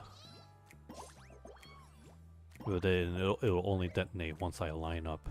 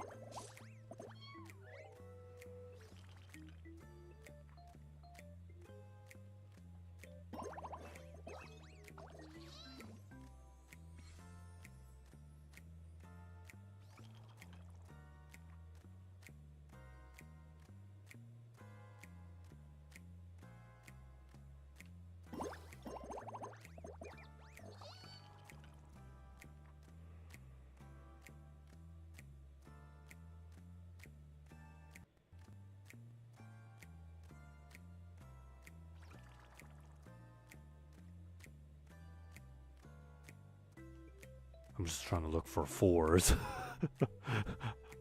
But I don't see any.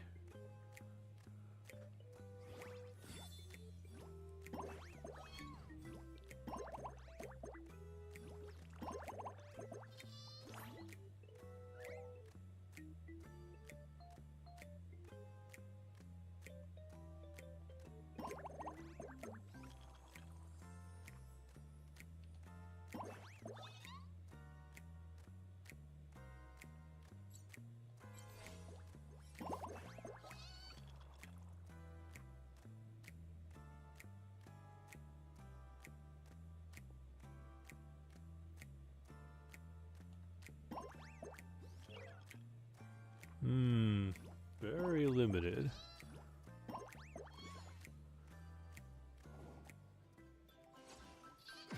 But it was a quick one, though.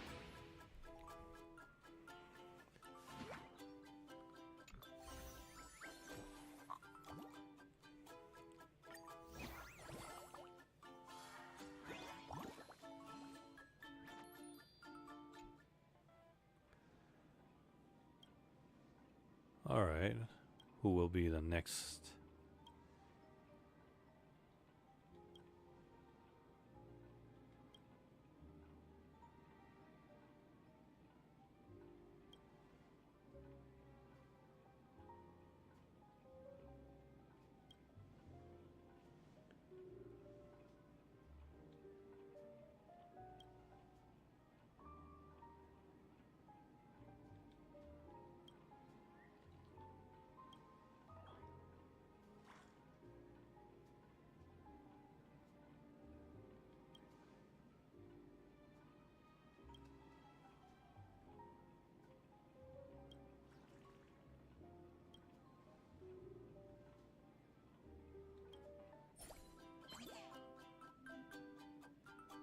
Now I can bring 2 items. Alright, well, before I do that, can I at least upgrade? No? You're just gonna make me go through another tutorial?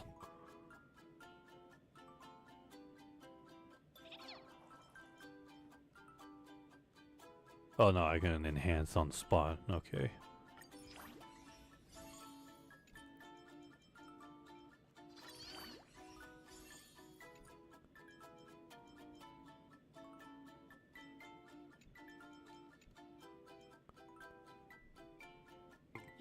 Excuse me. Maybe I'll upgrade this one.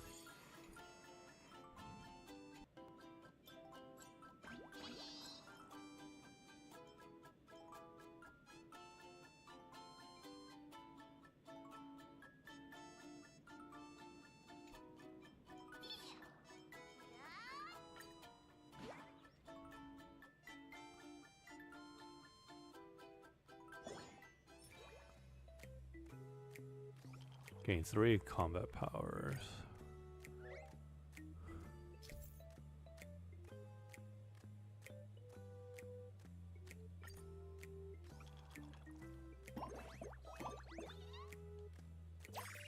This is another one of those tutorial moments.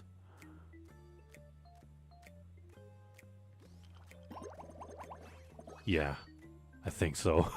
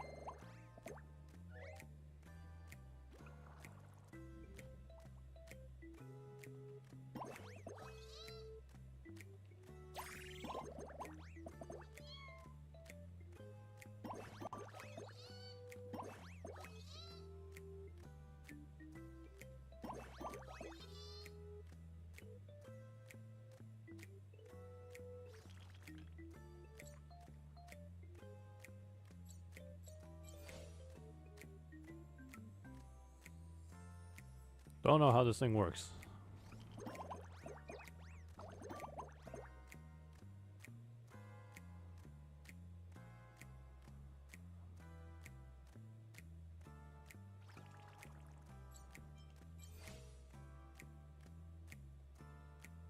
It just swaps. What if I...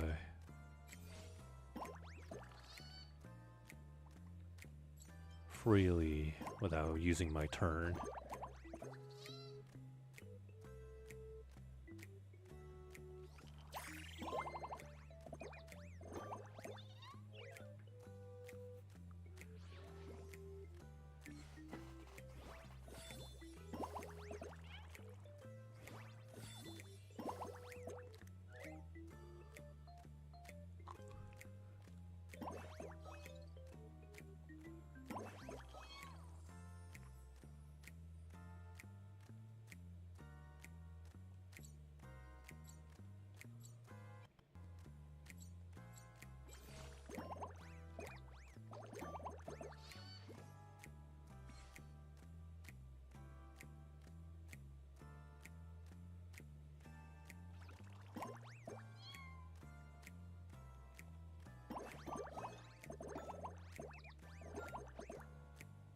Okay. Not bad.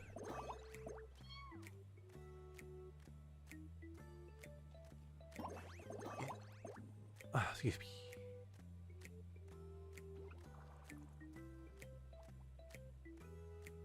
No fours, and all I'm seeing is bananas.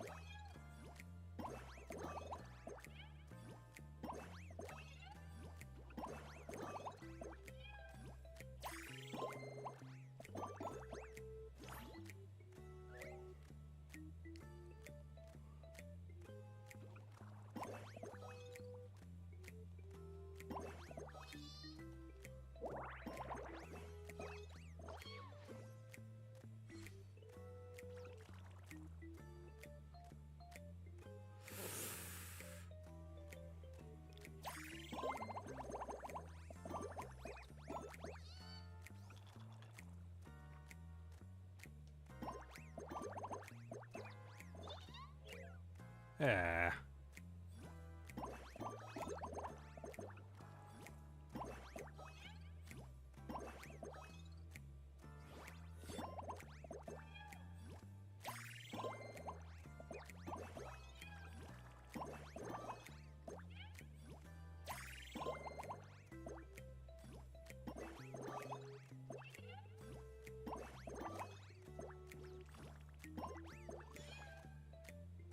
Honestly, I was gonna say this whole thing is rigged. I'm seeing one extra move after another from the opponent.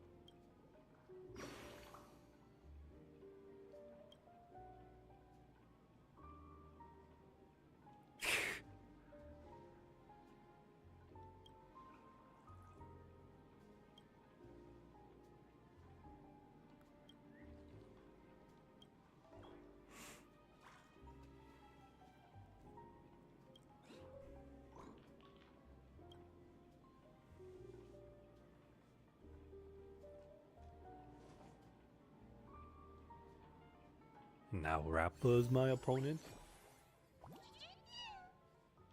Well, at least Boot Hill's now turned to an origami bird.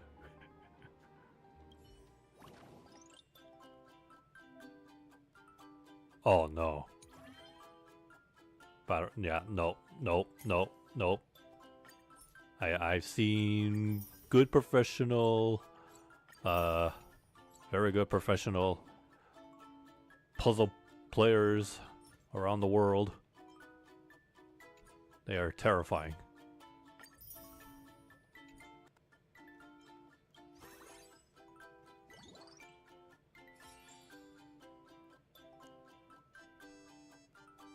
How do you pronounce that name? The third lady on the far right. She's that local bartender.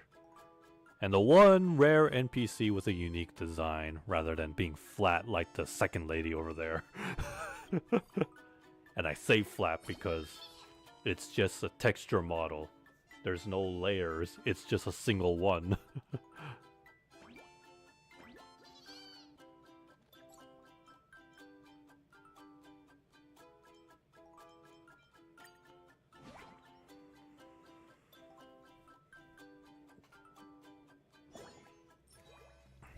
Now it's bananas. Okay.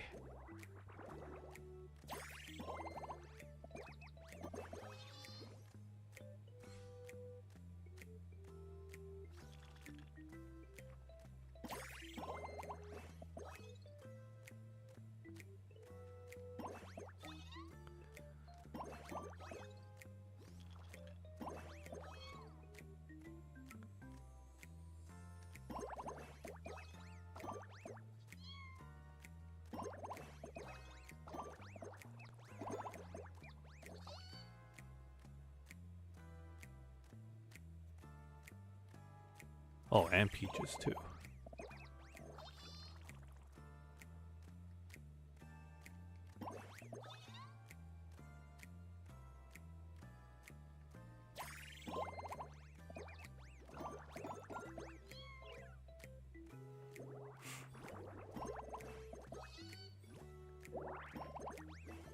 Ooh, not bad.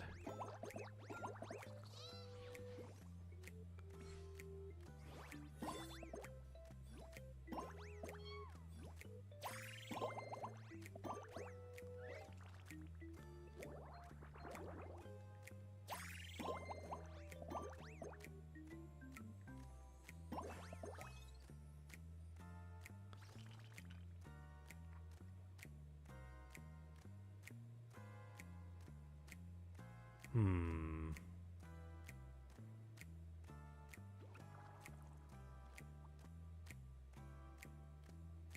What,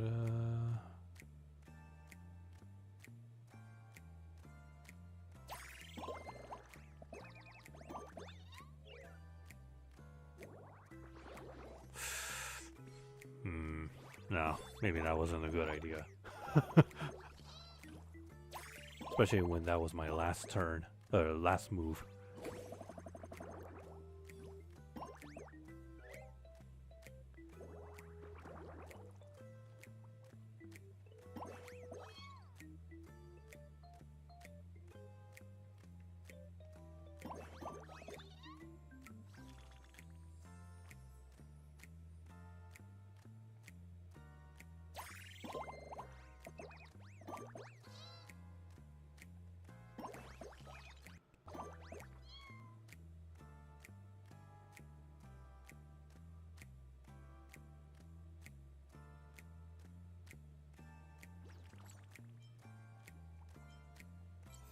Wait, no.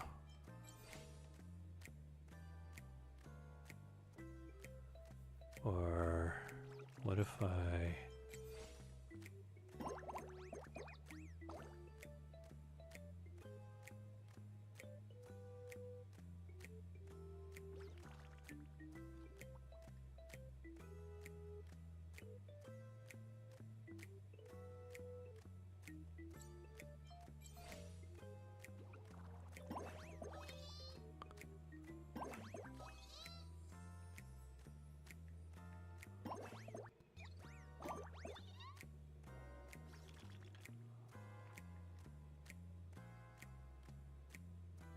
tempted. Too tempted.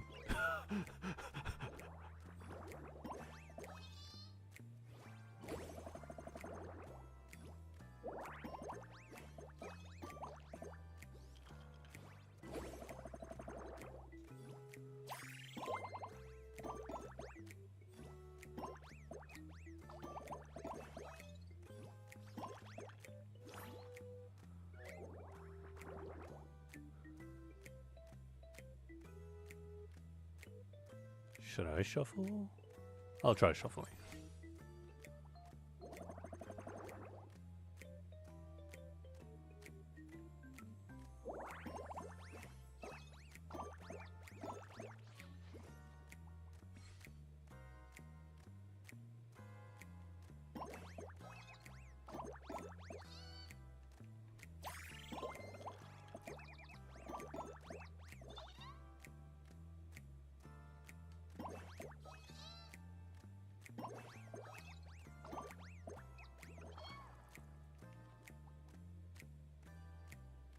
Ugh, if only I had the thing. Oh no, this one works too.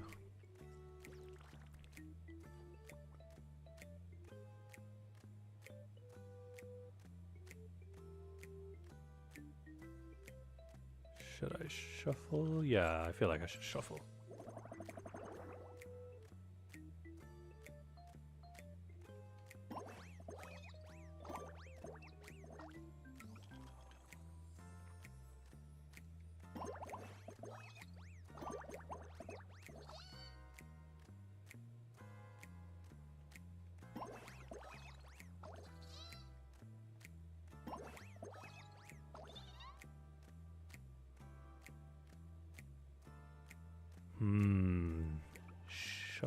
Shuffle or peaches? Peaches. All right, let's see. Because you'll just never know what the opponent's next move will be because of the random fruit drop.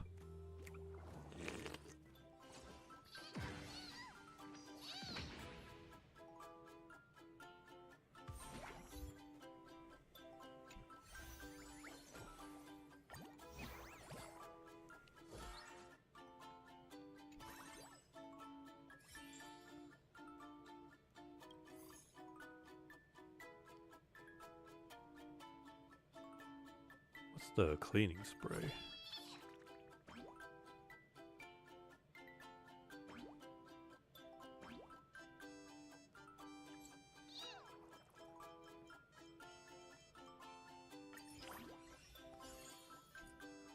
Select one fruit aside from the super bond to eliminate all fruits of the same kind. I see, that's good.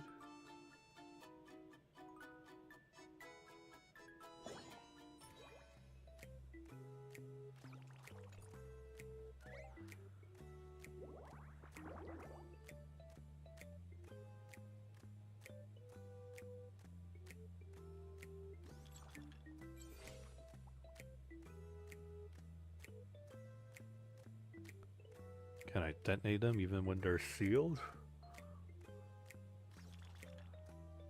Let's see. Yes, I can.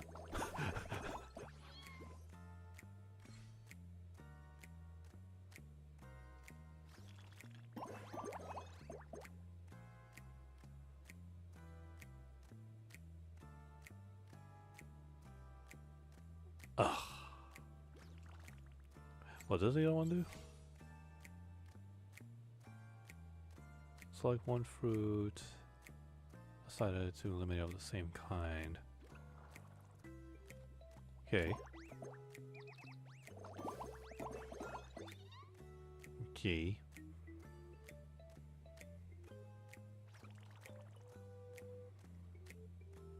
I should probably save it in case.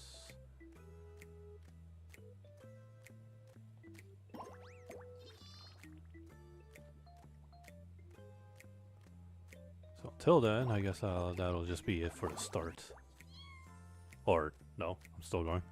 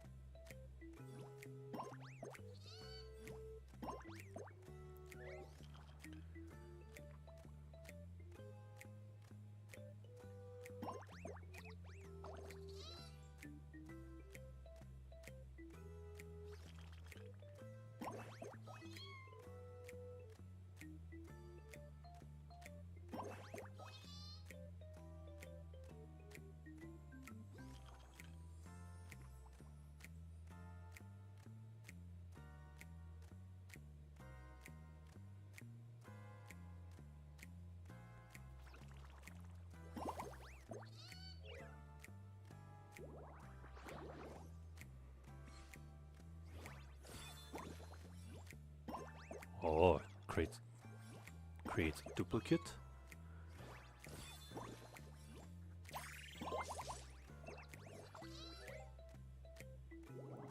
Excuse me.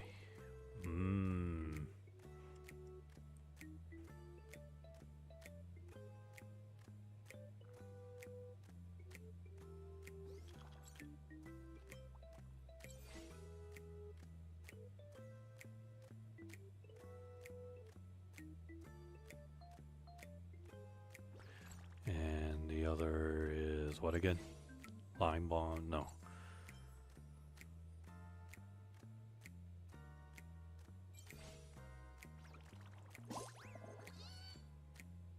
That didn't go so well.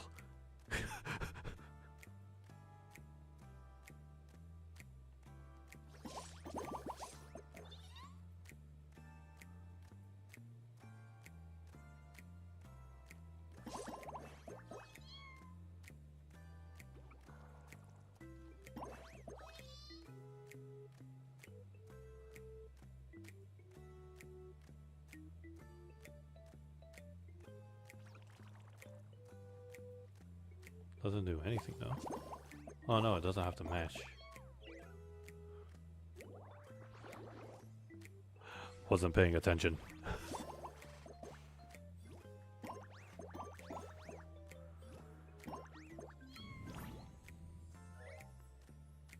Still have one. But it detonates only line bombs, so not really useful as of now.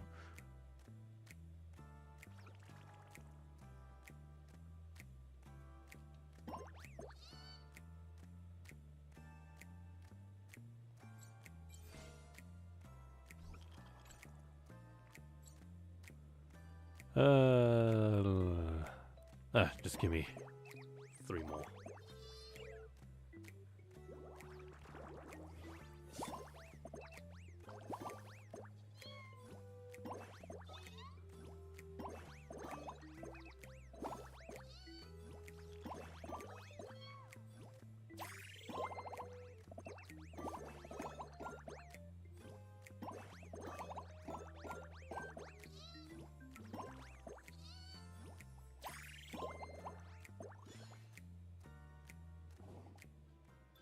It may be a big difference, but I swear she's making extra moves, and I'm thinking she's gonna catch up somehow, isn't she?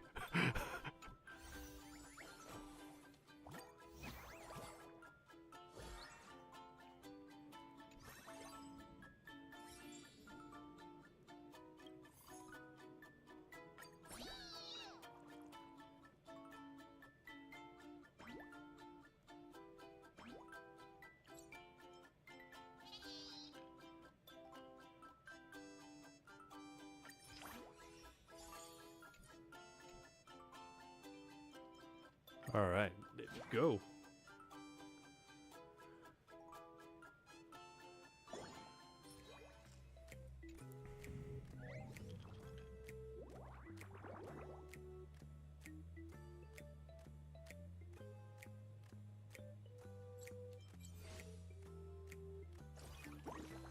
What? Why'd it go up?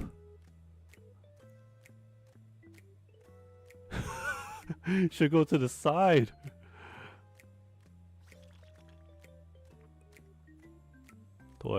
Do I dare do it again? Or maybe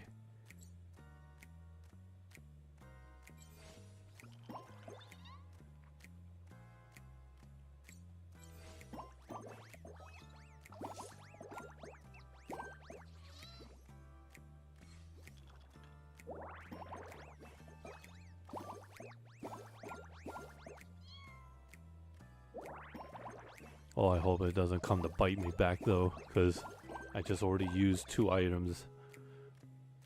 Multiple items, multiple times.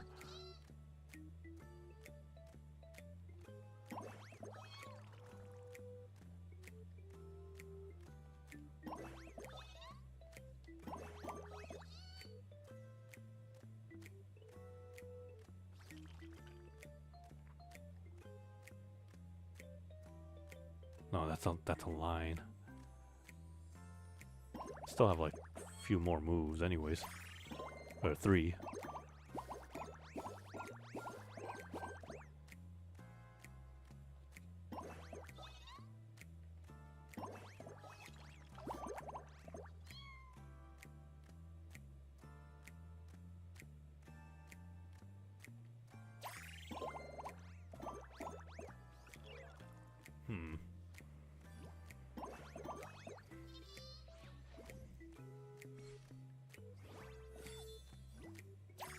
Oh. Alright, so that's what her 1 item does there.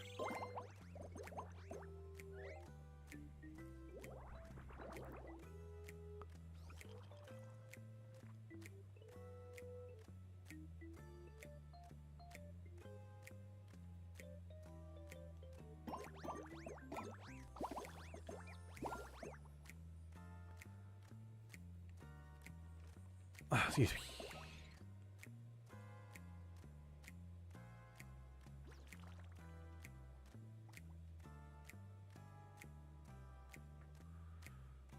Hammer or copy?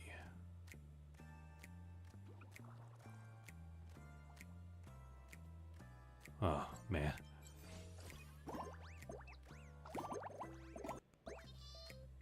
Not what I was hoping for, but I guess that more or less works.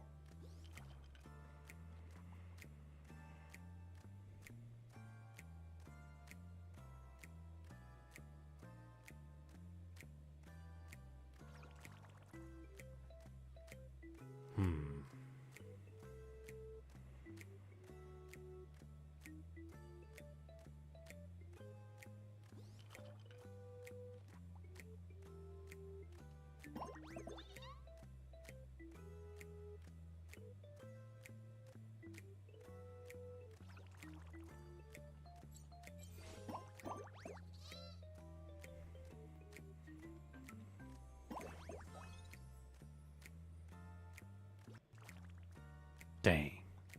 I got nothing.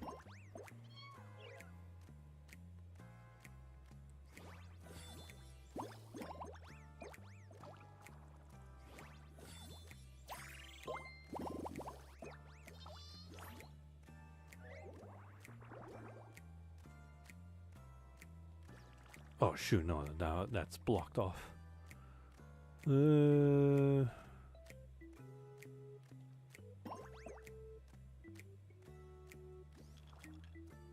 Oh man, really, I got nothing.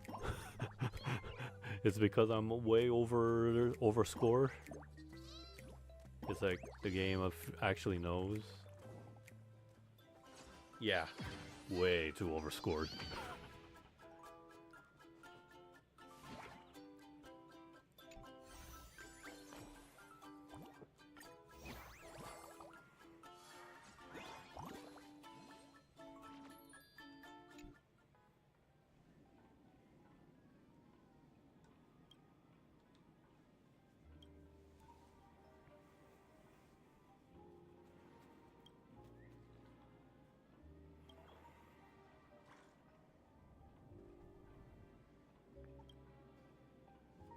Hmm.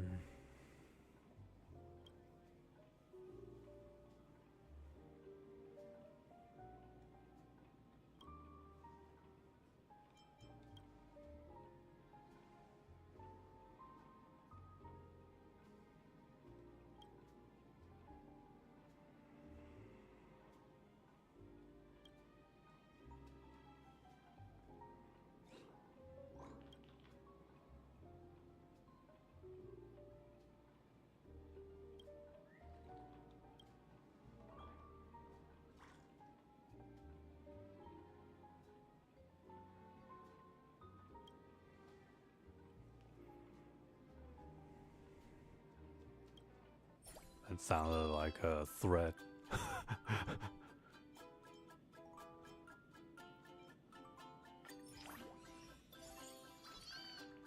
I'll take this. And then maybe the reset cube thingamajig.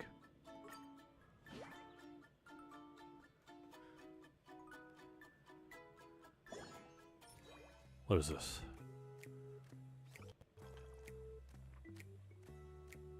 Gain double combat power. At the start of both sides turn one randomly, one line bomber square. Okay. That should be interesting.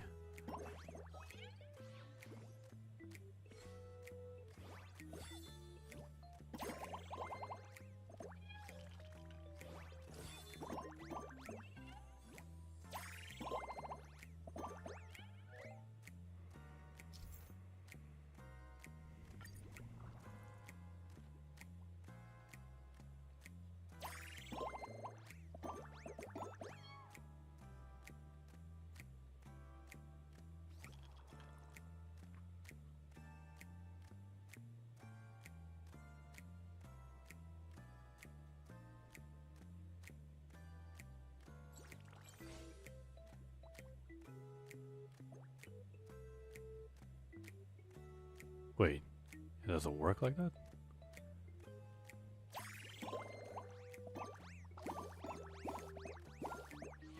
Huh. I was thinking of like, should I shuffle or not? But it might be a bit too soon, no?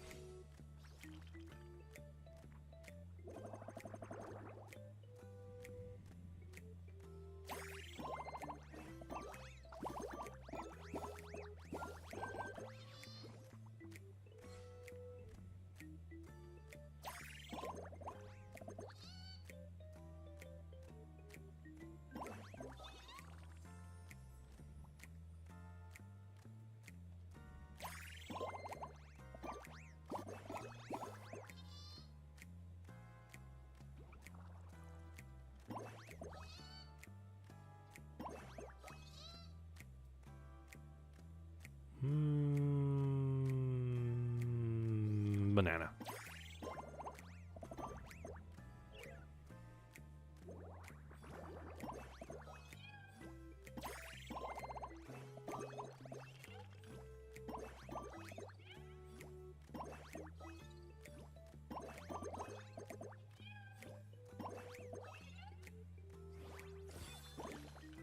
Wow.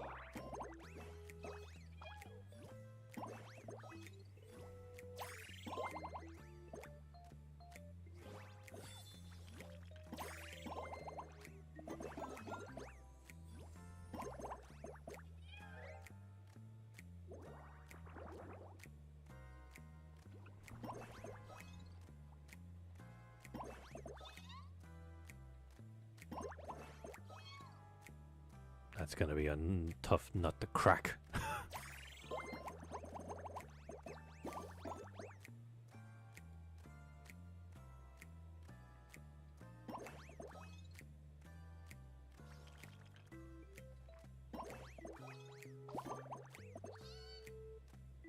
It's funny how Ubisoft continues to believe that Just Dance and what was that?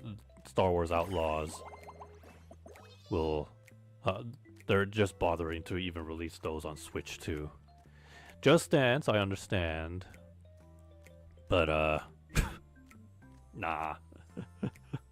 Assassin's Creed Outlaws is finished. They're just burning away more money releasing a game that failed. And you know what Ubisoft said in their defense why Outlaws failed? They said something like, "Oh, because of Disney Marvel, because of Disney Star Wars, the timing was bad. The Star Wars trend is so bad. So that's why Outlaws failed. Everybody is, disliking Star Wars because of Disney." Well, no, if you remember, even when Disney was basically ruining Star Wars, dude, we had Jedi Fallen Order and Jedi Survivor. What are you talking about? Those games were great. Even during it's those games that we needed in those dark times for when Star Wars was, having its bad day. Or days. It's more than one.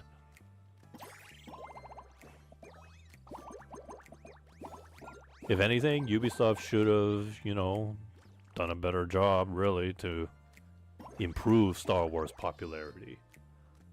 If Disney is rubbing it to the ground, that's the game side's job to bump it up. Let me just look at Marvel games. While the MCU is, the MCU.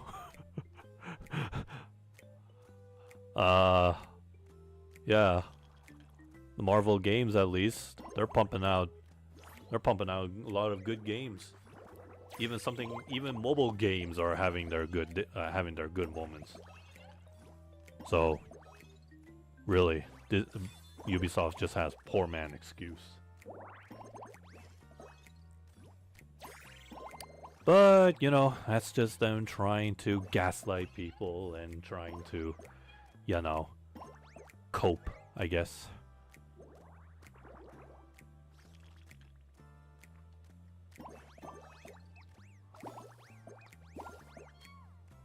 What does this do again? Super bomb.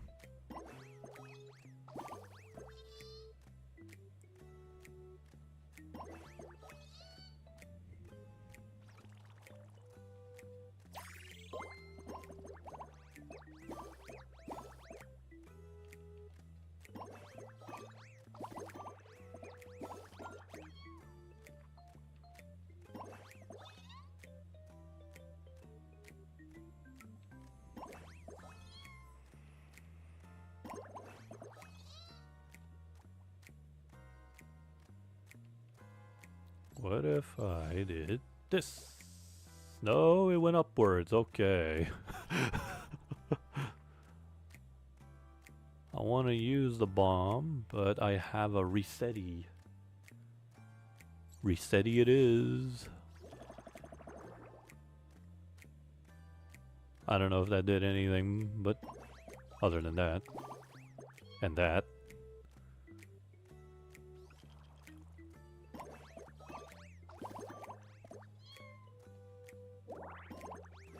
Oh, I felt good. That felt good. I felt good.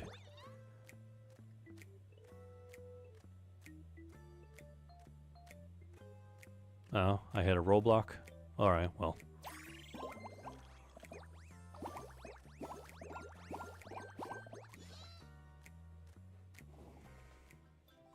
Yeah, that was a bit overkill.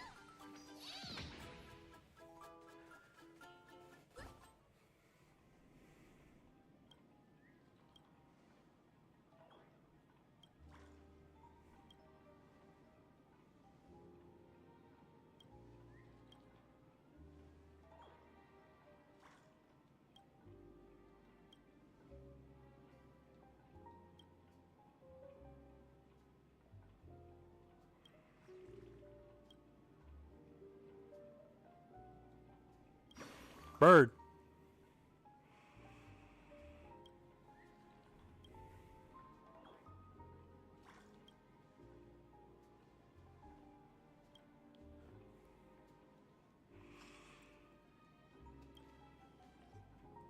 Hey, it's the ghostly trio. I mean, ghost hunter trio.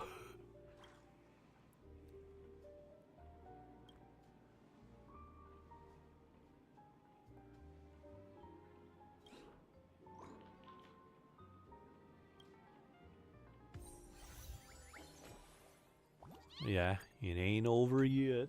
There is one more. One more phase, 3 more rounds. No, I should probably claim that last. When I basically wrap things up.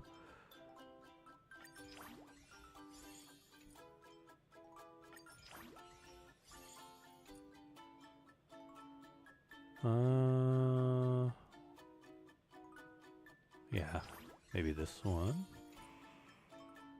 And another, and upgrade the Resetti. Oops.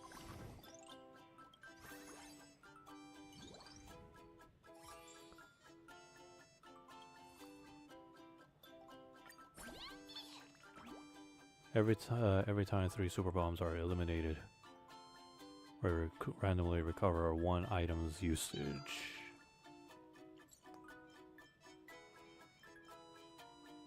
Okay.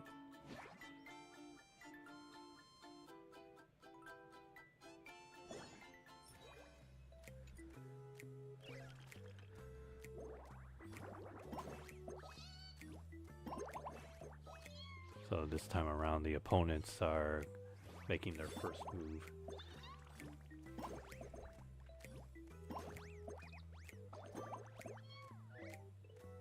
I already forget. What does this do again? Randomly turn any 2 fruits into super bomb. Aha.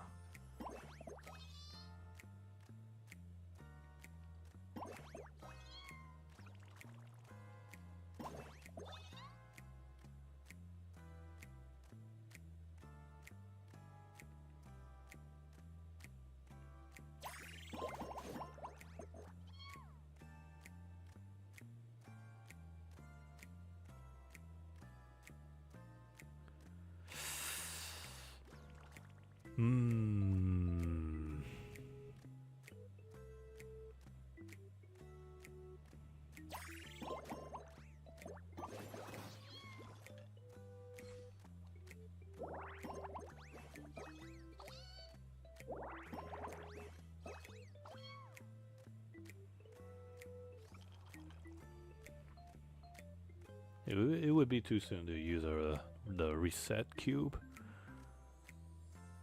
Because it's only the first turn.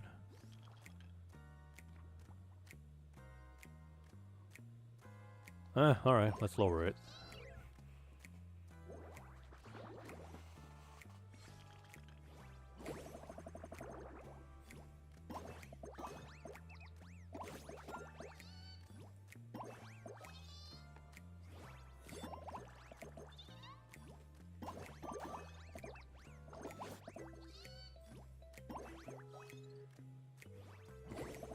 Excuse me.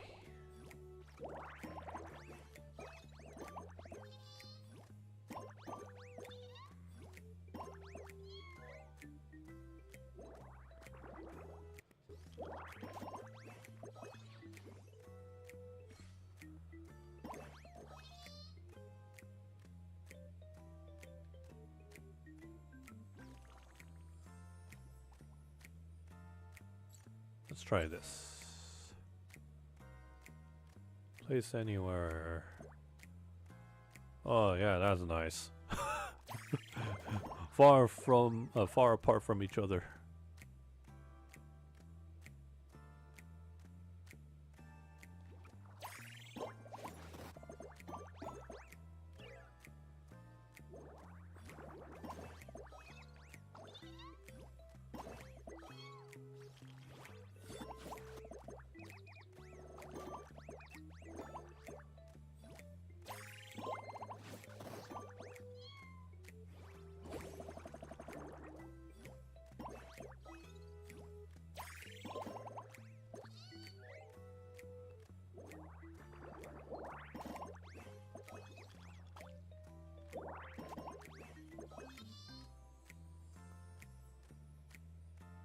Resetti?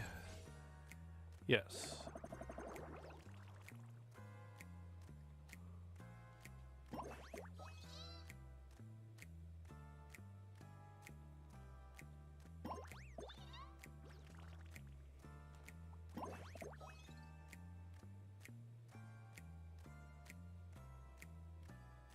Hmm.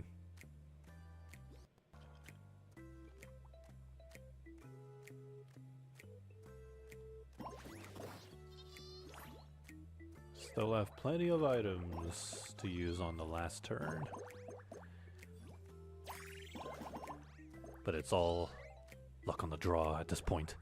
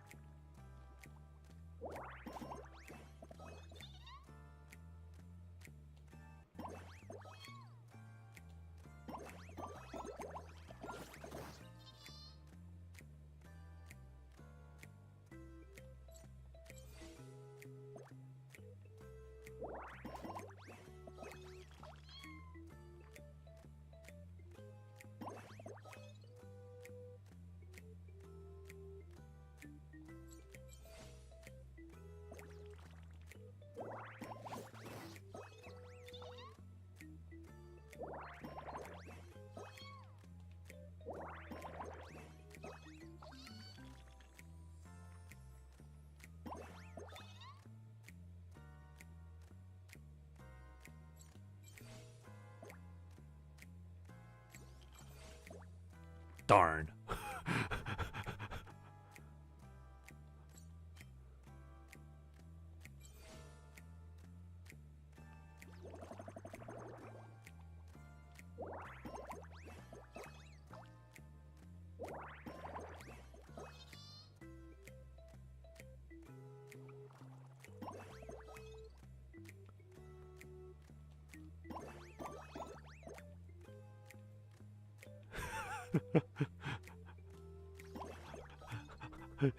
It's the final turn and I'm really overdoing it.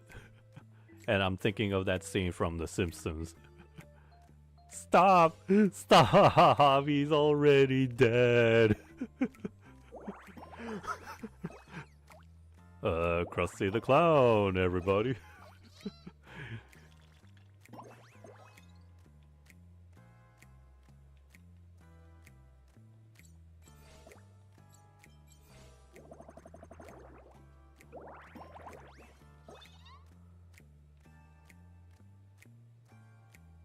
Even when I reset it, I still don't see a 4. Oh, wait, no, now I see a 5.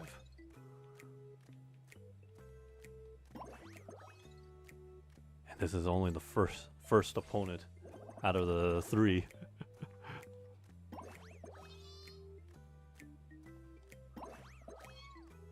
Alright, I think I've done enough. I've done enough, don't you think?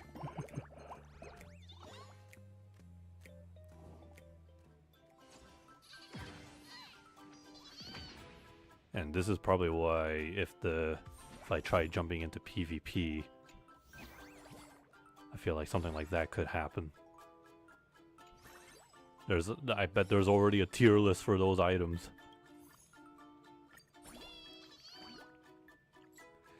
Alright, what do you want me to use? Now it's asking for 80 or more.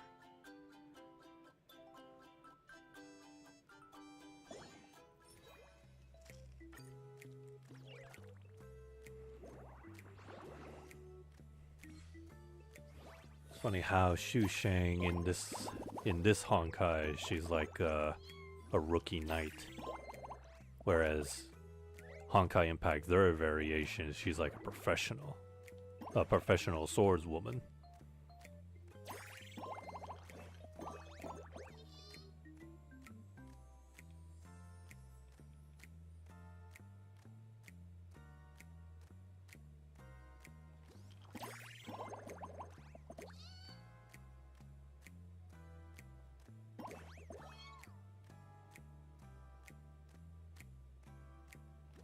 Yeah, it's too soon.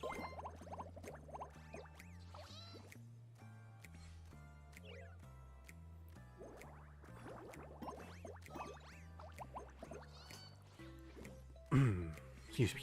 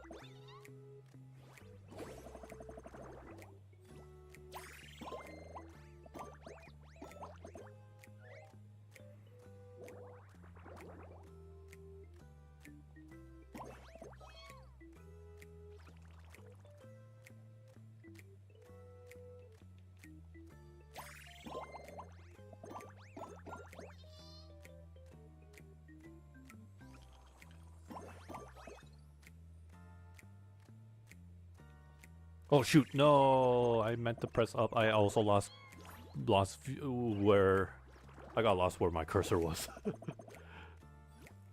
Can you believe Metal Gear Solid 3 is coming out this month? At least if I remember correctly, I checked the release date. August, near the end of August.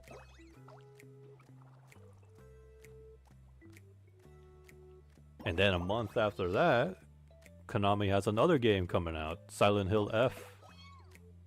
And they are $100 worth, man.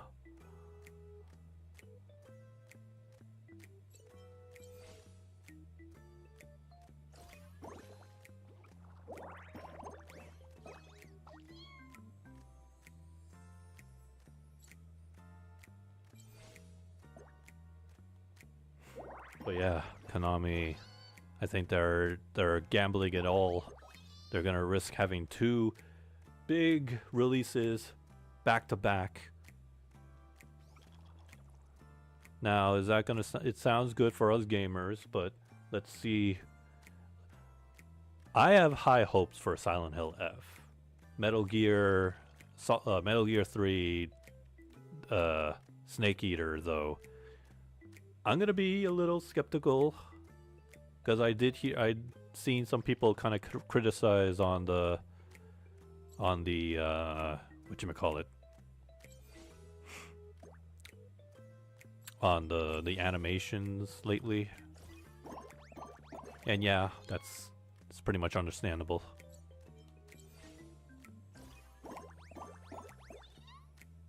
I mean, it was still a work in progress. Gotta give him that.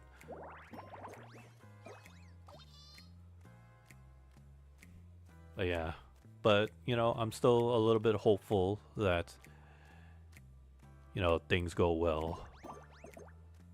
Otherwise, think about it, Konami's just probably gonna throw in the white towel and assume that, you know, oh, you don't like Metal Gear? Okay, then that's it. Oh wait, no.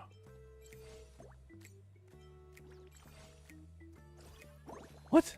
No. Why did it go that way?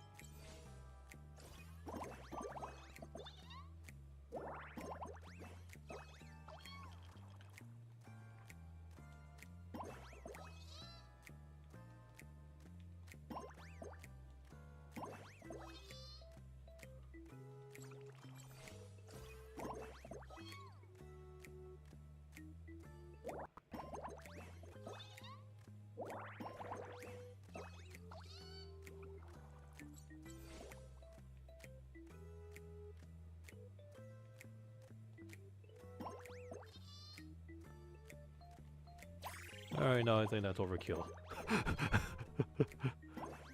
I'm doing it again. But yeah, no, that should be it. Either way, it's still a win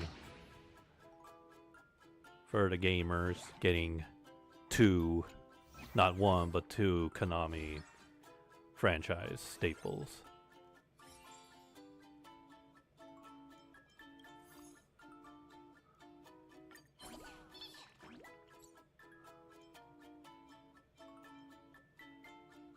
Really?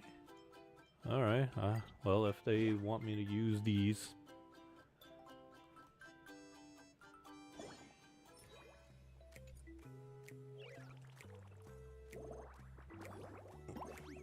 Excuse me.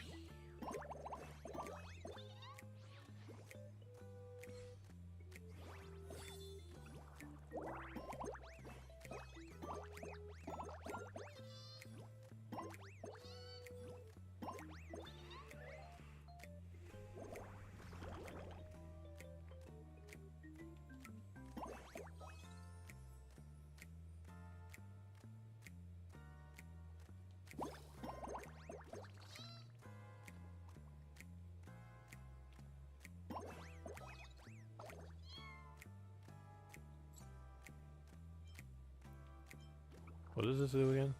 Detonate all line bombs. Okay. Oh, I should have enhanced this because it's all, I'm only able to use it twice.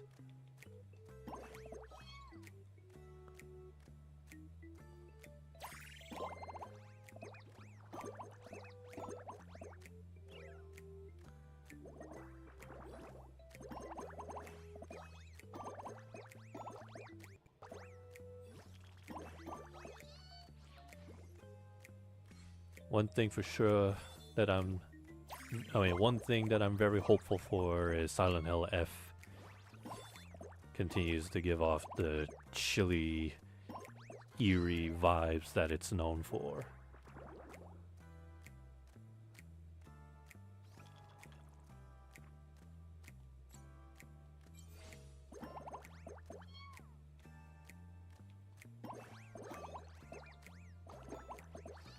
And the fact that since the game setting is taking place in old 1960s Japan.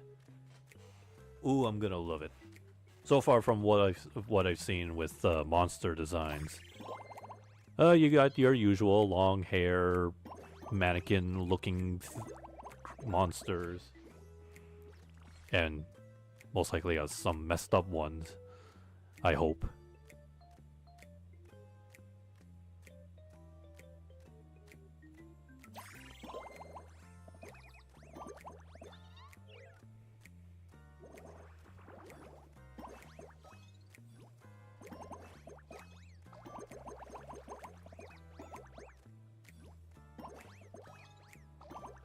And it should have the staple endings. Good, bad, normal, and UFO. Kind of wonder how they're gonna get the UFO involved. Or what kind of... How will the UFO ending play out?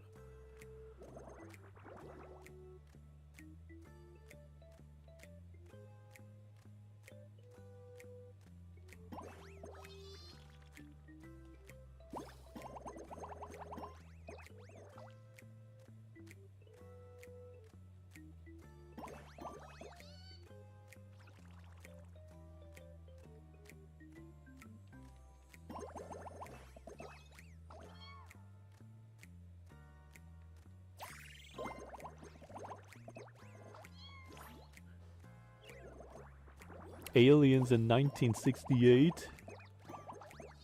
Unbelievable.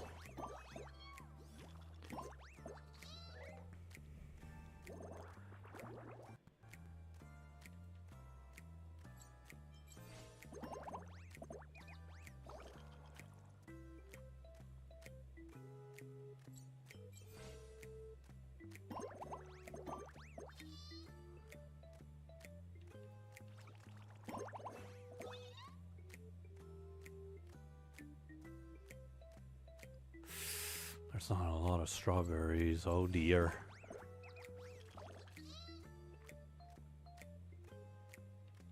What? No.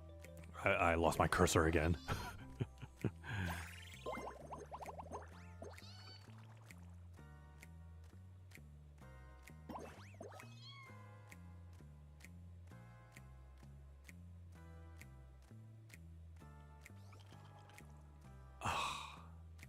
No fours? Really?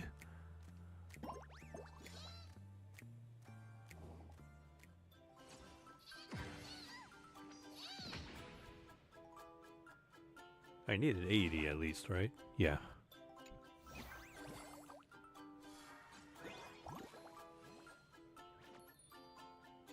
Alright.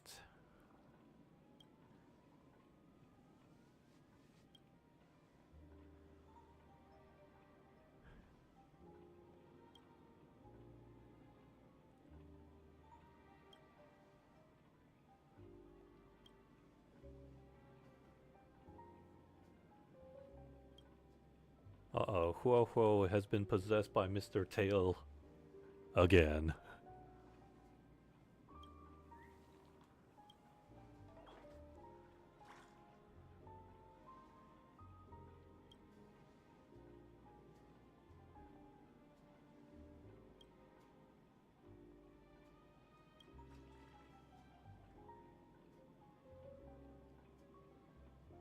Deflate a balloon.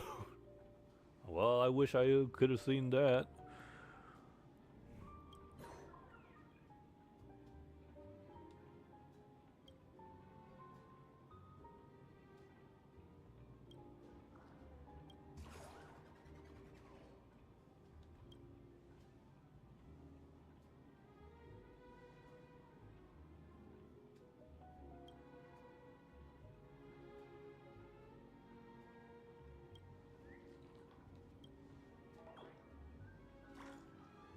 Is it actually cruel if somebody were to shoot an origami bird that actually has feelings?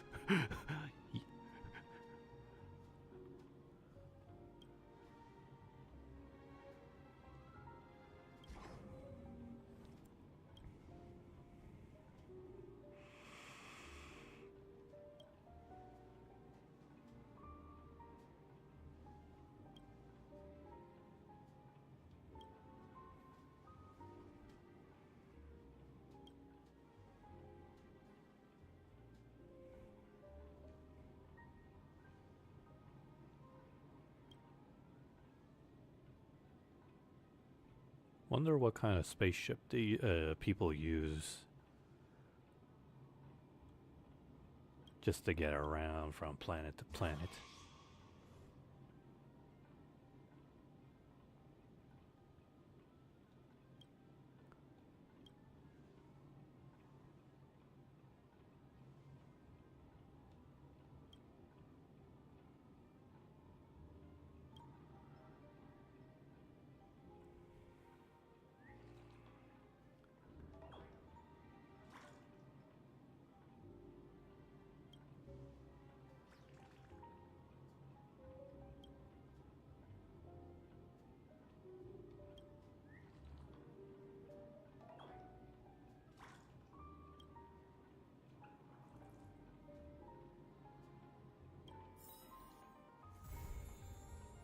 It was able to talk, and it went through all the trouble for that.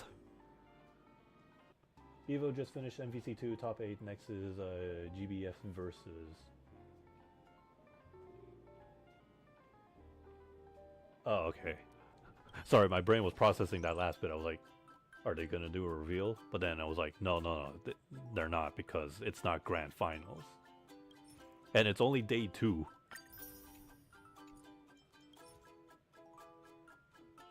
But yeah, it's good to see MVC getting, or not getting, revitalized.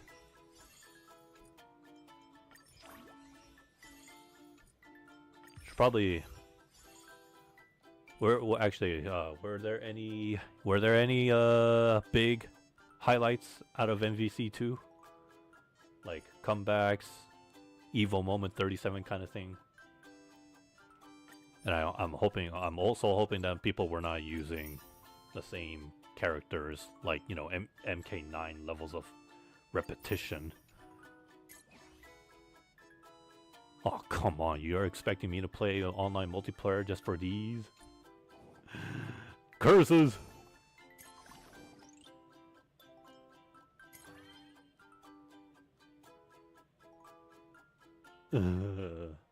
I'll have to give it some thought before it expires. And I have, like, what, a week? Yeah. Now, I can move on to this later.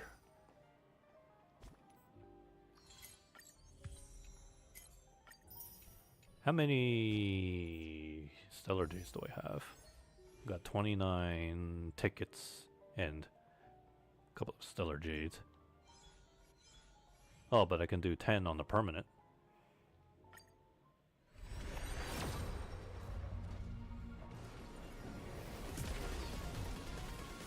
Alright, it's 4-star. What do I get? Light cone.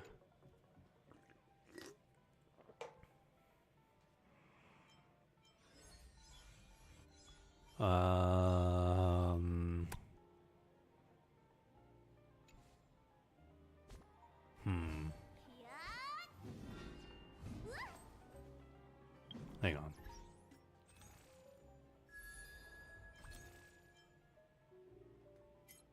No, I already bought those stuff.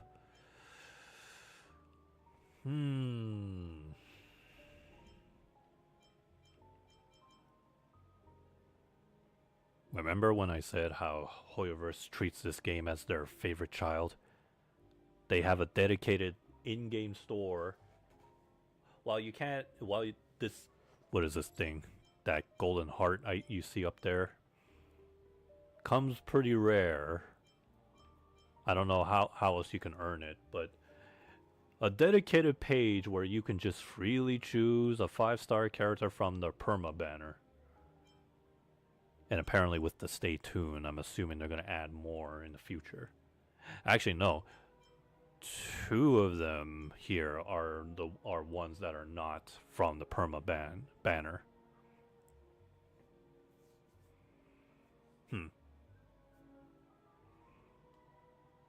Yeah, you don't see that with the other games. Although, to be fair, at least Genshin gives you a dedicated page to get 4-star characters of your choice. Or at least ones that come out on a monthly cycle. And at least those 4-star characters in Genshin, most of them are from ones you can get from the banner easily. But that store is the only way you could get 3 characters. I think it's 3. 3 of the characters that don't actually ever appear on any banner, not even in the permanent banner. That's Kaeya, Lisa, and Amber. Only those 3 starters have no means of being able to be obtained through the banner. They can only be obtained from the store. So if you wanted to level up their constellation, you're gonna have to do that. You're gonna have to gacha until you have enough star glitters just to afford them. Sounds like a lot, and it is, because that's when you have to consider, again, you have to gacha in order to get the star glitter. Not Stardust, Star Glitters. The rare ones where you get 4-star, 5-star stuff.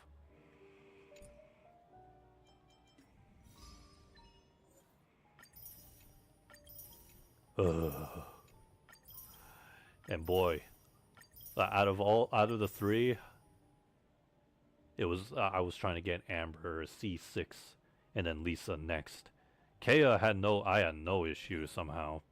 I think there were events that got him, that you can get duplicates of him, I believe. But yeah, Amber and Lisa don't have it lucky at all. You have to go to the dang store, get enough star glitters, but to get star glitters you gotta gacha. But then you also have power creeping, of course.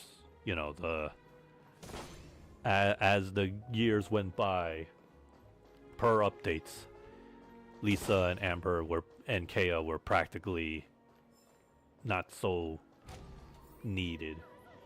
But they were valuable in terms of, you know, obtaining their constellation. Nonetheless, power creeping wise, you know, newer characters started to overlap the old. In fact, I can tell you right now, there's already better healers than Barbara. And so people don't want to use Barbara. And that's gacha games in a nutshell. Year 0, year 1 characters, that's it. They're done. You'll enjoy them for a few moments, a year or two, until eventually they become, you know, irrelevant to use, or, you know, they're not as useful as they used to be because newer content, new story stuff is, you know, harder. But I kind of feel like Genshin, in a way, feels different from that. You can still use those starter characters and still get by. Yeah, the fight some harder bosses does make it very challenging to deal with, but you can still use them. Nobody said you can't. You want a better challenge? You don't want to be part of the meta, or just play for fun? Then yeah, you can do that. Besides, at least Amber can shoot 2 arrows at once in one of her I think it was a constellation, or unless it's a passive. Excuse me. And, you know, if you're looking for an Electro Catalyst user that isn't a 5-star, like if you can't get Yae Miko, hey, that's what Lisa is there for. And actually, now that I think about it, is there, besides those 2, was there any more Electro Catalyst users? Or was it just those 2? Electro. Oh no, Verissa is one. Although, yeah, you could say she doesn't feel like one, though. Oh no, so technically, no, there's only 3 Electro Catalyst users in the game.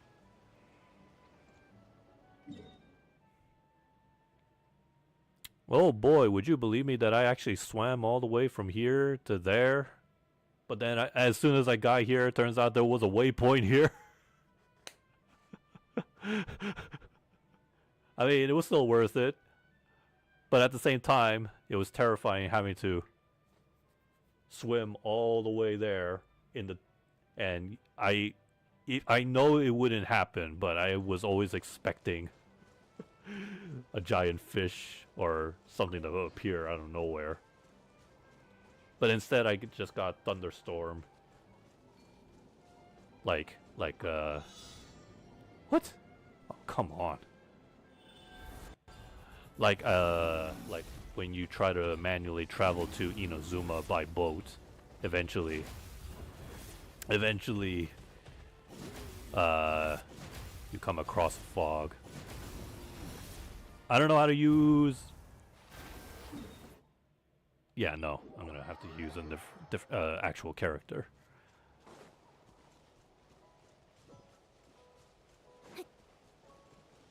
I think it was not sprint. It was supposed to be the charge button, right? Hold on.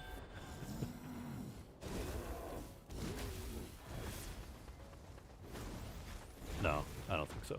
No. No.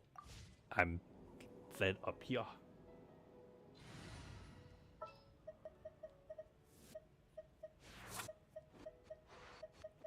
Wait, I'm blind. There's too many characters.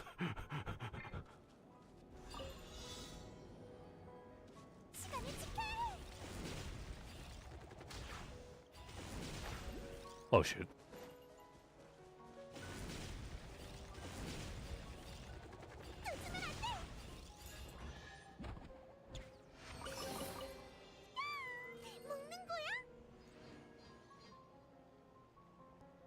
Whatever you do, do not hurt the capybara. They have amazing hairdo and they're innocent. They're herbivores. Don't hurt them. Look. They wouldn't hurt a fly.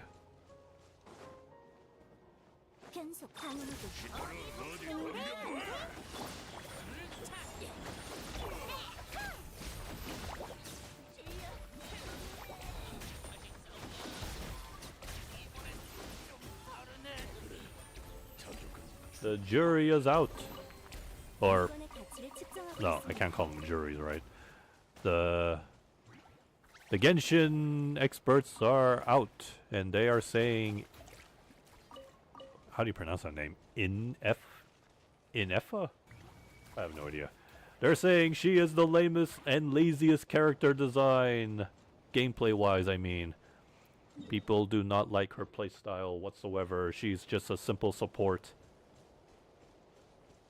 Her skill allows her to just summon robot. And you have shield. Shield is scaled off of her attack. And when I say she support, it's because you don't need her to be on the front. The little robot that she summons will attack nearby enemies. But the enemies, but you can cause a bigger damage with a Hydro character, and when Electro Charge is conducted, it is replaced with something called Lunar Charged instead. Is there a difference? Honestly, I don't know. I honestly cannot tell you. But yeah, they are saying that's it. Just another shield support character. Not.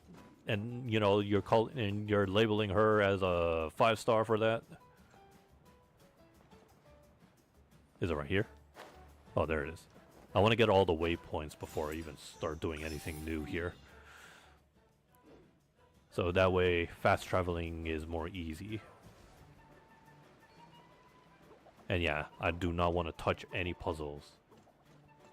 In fact, I should next time I run into one of those challenges or treasures, I should probably pin them on the map. What? What now? Activated by color. Oh yeah, I know. I already know about that. Give me the waypoints. Show me the way. Oh, hey. Landscape.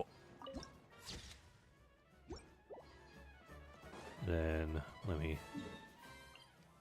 Oh, shoot. Okay, well, no, that's fine. I can't pin it because of that. But that's fine. It's literally just right there.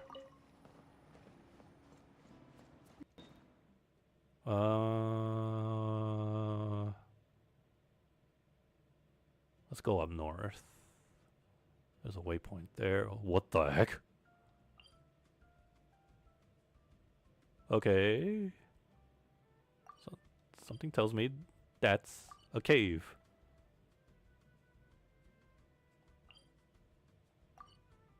Mm-hmm. Alright. I'm more curious about what the heck this is. Te Isles? Huh. Yeah, I'm gonna go up here. Get all the waypoints. This region kind of reminds me of Hawaii. Well, at least there's no volcano on this island. But rather it's on the mainlands here. But yeah, it pretty much does give off that vibe. So they do call it a resort, didn't they? Yeah, Easy Breeze Holiday Resort. I bet this is where all the Natlanians come to just relax and party. Minus any alcohol, I assume. But instead of alcohol, they're just spraying paint. That's pretty much the theme going on here. That's why you see these balloons here and there. But I'm not gonna interact with them. Not yet. What the heck? Am I expecting aliens? I've seen alien movies where I've seen enough of those grass circles signs.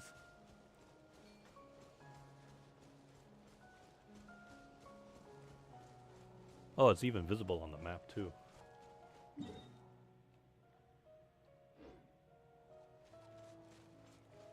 Somebody's been cutting the grasses.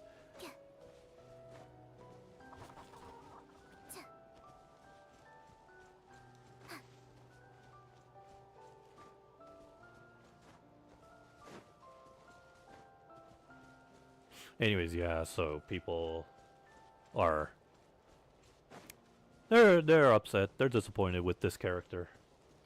And she's supposed to be the first character of that Welkin of the Blessing of the Welkin Moon. Some, I want to assume, like a faction or a group of ice cold characters or some sort. Oh great, now what? We'll blow it and hither and thither, sketching out a color trail in the sky. Alright, well, I'm gonna deal with that later.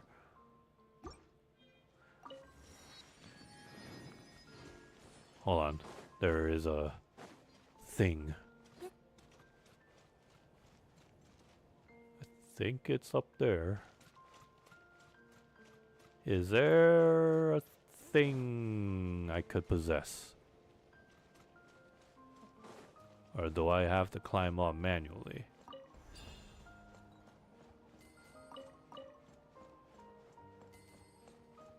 What's over here? Oh! We have a elite enemy. Or not elite, but like the harder ones. But I'll save them for later. I have some waypoints to... I have some waypoints to find. But let me climb up here. Oh, there it is. Yeah, I wanted to check up because the minimap shows the Oculus. Oh shit, that reminds me. Oh no. Next month, we're going back to Oculus hunting again, except in masses. Because next Genshin update is going to be the biggest one. New region. new characters, new banners, new enemies, and a whole lot of Oculuses and treasure chest puzzles to solve, collect. Again.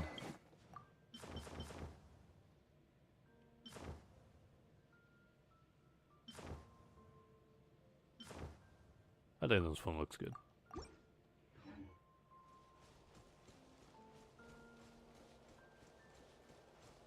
Alright, the next waypoint is right there. You know, I always find it funny how when somebody makes robots, androids, why give them human face and a human skin, and then majority of their other parts are just metal joints and bolts, screws, metal platings, and curves on the behind. And front a little bit. Makes... Oh shoot, there's like two... I'm not paying attention to the thing, the mini-map. There's 2 Oculuses.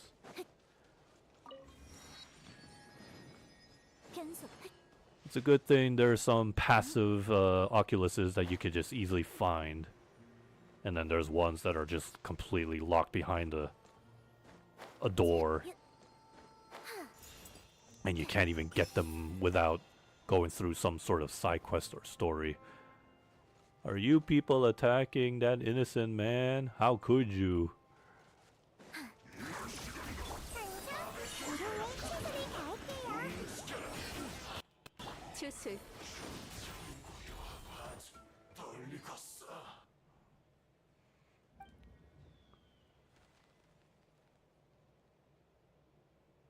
Robbers. Yeah. Well, that's what's to be expected in the next region. Oh yeah, I saw one of the newer enemies. So if you remember the Fallout 2 agents, one of the elemental enemies, the big fat guy with the ice gun. Now there's a second variation where he's holding a giant bazooka. Except the bazooka is shaped like a giant rectangular rocket launcher. So, I guess in a way, I've only seen like what he does up close. He just basically swings it around, slams it like a hammer. But for some reason, some people didn't want to show him what he does at long range. But considering that the shape is a literal rocket launcher, like a square-shaped rocket launcher, then yeah, I have to assume it's a cannon. Where was that other Oculus? All right, hold on. I'm gonna mark this one.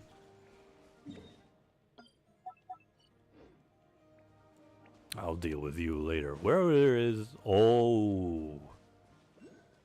How does thou get up there? Oh, wait. I think I know how. I think. I see a little guy there.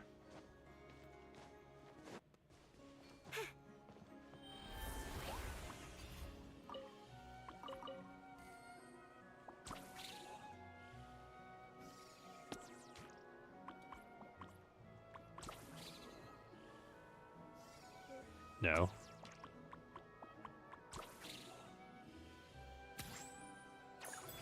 Oh, okay. I just started controlling these things not too long ago.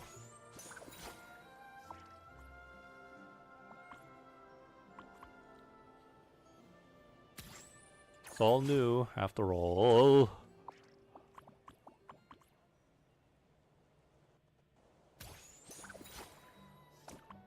And then, where is it? Can I actually reach it? Let's see. I can't... Oh, wait. Cancel. Yay! You can take fall damage, so watch it. Alright, next waypoint. Onwards to Hoo Ha Hill. What is this? 7-colored statue. Oh, okay. Anyways. Hoo Ha! But first I need heals. Double. 등실.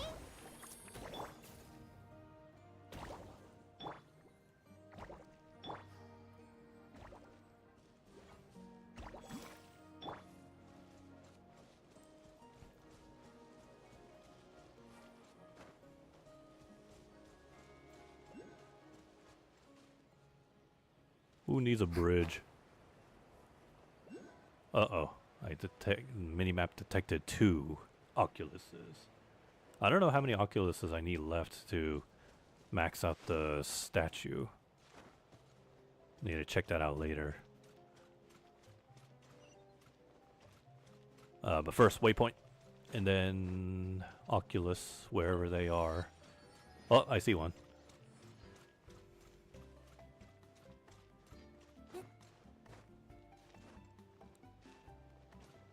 But speaking of robots with human flesh, what if they were human to begin with?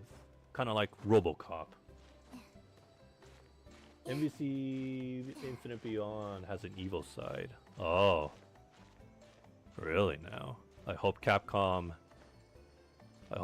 doesn't mind. I mean, they're not Nintendo. I mean, imagine Project M being at EVO back then. You think Nintendo would let that fly? Of course not. But if it was Capcom, yeah, no. Oh, come on, no secret achievement for... Oh. Never mind. I mean, I saw an arrow and I was thinking, yeah, dive. I think a lot of people in Genshin have forgotten that's an animation you can do. In specific ledges, when you dive into water, the character automatically does a swan dive. But I think a lot of people just don't do that these days. They just prefer to jump and then open their glider.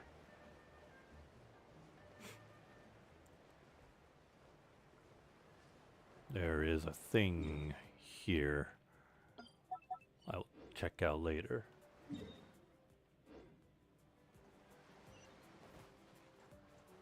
Okay.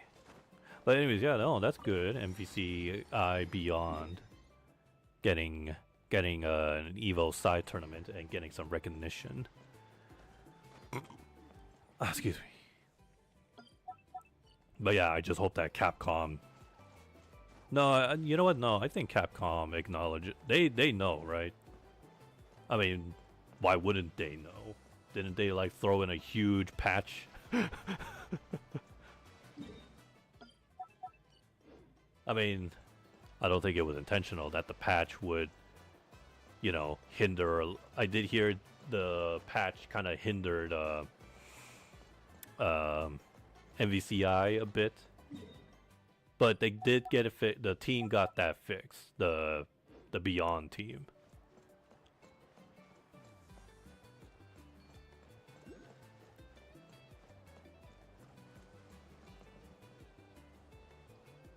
Why are you looking at that fish? It's not real. Unless you wanted to turn into real paint. Oh, wait. Hold on. There's an Oculus on the whale.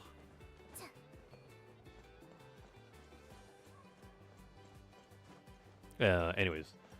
You know what? I would like to believe or imagine Capcom reps watching MVC IB and be like, we're a whole ass company. How the heck did a small group of people and led by a single dude fix our game? What did we do wrong? Oh, it's not that you did wrong, Capcom. The gameplay is fine. It's just that you had a giant mouse behind you, breathing down your neck. And a promotional movie that was practically in the way. Avengers Endgame. Although nowadays people don't blame Avengers, the Avengers movie. No, not at all. No, it's not the movie's fault. More like the higher ups of, I want to assume Disney. Okay, I can't get up there by normal means. I need possession. Oh wait, no. You don't need to swim. By the power of water and Jesus. But you can't do that here. Wait. Oh, so they can walk on water too. Sorry, Farino, you're not the only one who can walk on water. I mean, so can Kugomi. The difference though is Kugomi can only do that for 10 seconds after using her burst. Is that a water slide? Holy shit, there's a water slide. Except, why is there gaps? What is this, Roller Coaster Tycoon? That's definitely something that Roller Coaster Tycoon people would do and cause casualties. Well, no, that makes sense. A resort, it's not a resort without a water slide. Believe it or not, when I was a kid, I was always terrified of water slides. Mainly because I guess it's the thought that, you know, as you're like taking up the stairs, climbing up, you're so high. And then the moment I get very close to the slide, the start of the slide, fear kicks in beyond where the slide goes way too fast. I like speed, but too much speed, and then I start to freak out. But of course, eventually, one slide after another, I kind of got used to getting over it. Oh my god, what kind of prize are you guys doing? Count me in later. Oh, actually, no, I can't mark it anyways, but it's literally in front of the waypoint. But yeah, terrified. Me of water slides.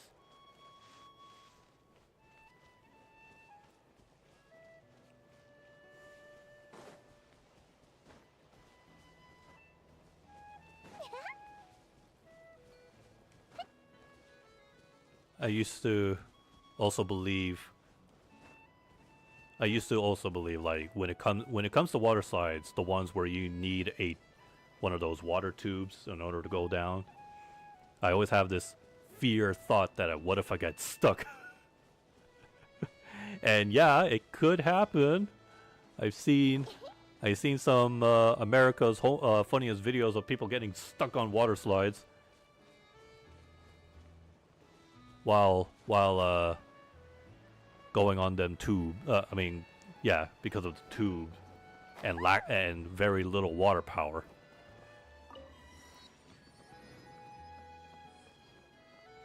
Which also reminds me of that one time in a water slide that I've been to as a kid. There was so little water. There was a section where it was just a straight line, flat, not down. I mean, there was a hill beforehand, but the slope wasn't even good enough, let alone the water. So what ended up happening was somehow, well, not only did I get stuck and force myself to slide, I pushed myself to slide.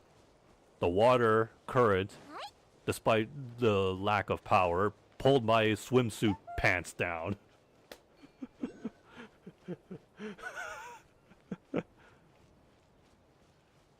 And of course, at least nobody saw that.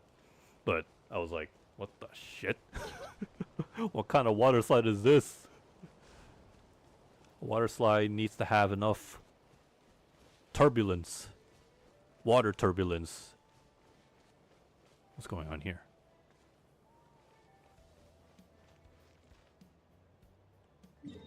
I will deal with you later, but there's an Oculus somewhere here. Oh, there it is. There's an NPC in distraught and you're just focusing on a collectible? Yes. Hey, it's not Majora's Mask here. Oh, jeez. It's not Majora's Mask here. Where NPCs will eventually, you know, if they get left out, when you don't do their side quest and the day passes, you miss an opportunity. And an event happens without you.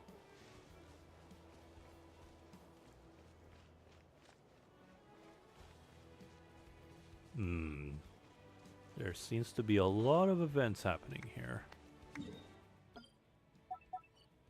Oh, sorry, did I push you? I'm sorry, sir.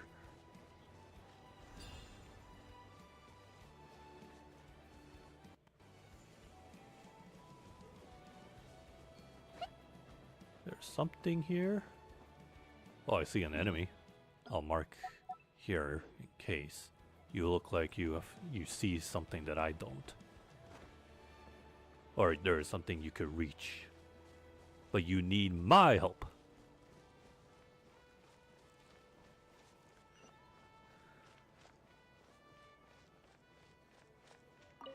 Alright, how many more? There's one there, another down there, and there, and there. I'm not sure how I'm gonna get there. But there should be a way. Maybe here? If this is a high level mount, no, this would be high. But this one, this is something else. Or, you know what? No. Wait, what the heck was I think? Doi. Okay, no. I just realized something. I could just use Furina's ability skill to just walk there. But unless there's a waiver, whatchamacallit, the Natlan creature that you can use to swim. Oh, there's a side quest. Let me just see. Hang on. What the heck? Are you a new NPC or... Oh, hey!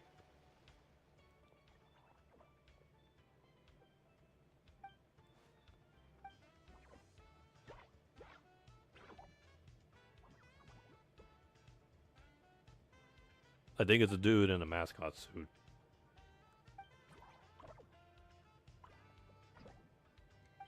But that seems too big. Most of the NPCs are not this tall.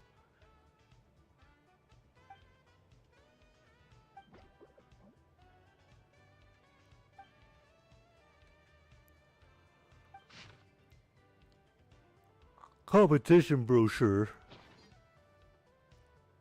Excuse me.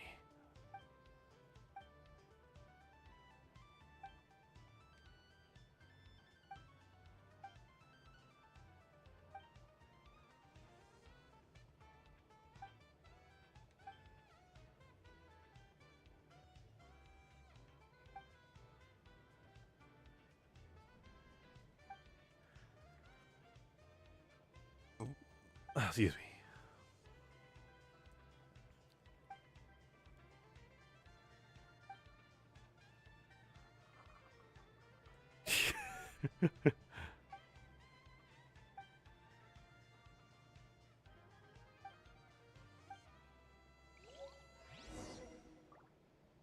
Alright, well that's a side quest. I just want to mark on the list. Otherwise, it won't show on the map unless you're near it.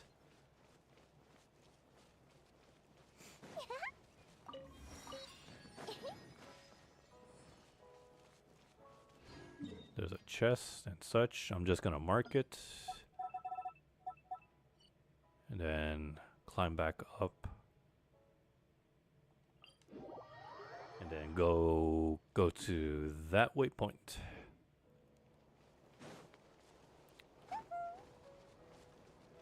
I'm assuming must be the summer event. But this is not a limited time area. Rather, this seems to be... This is a part of Natlan. So, I guess they kind of... They kind of slightly changed the tradition. Rather than just giving you a limited time area to travel, they give you this.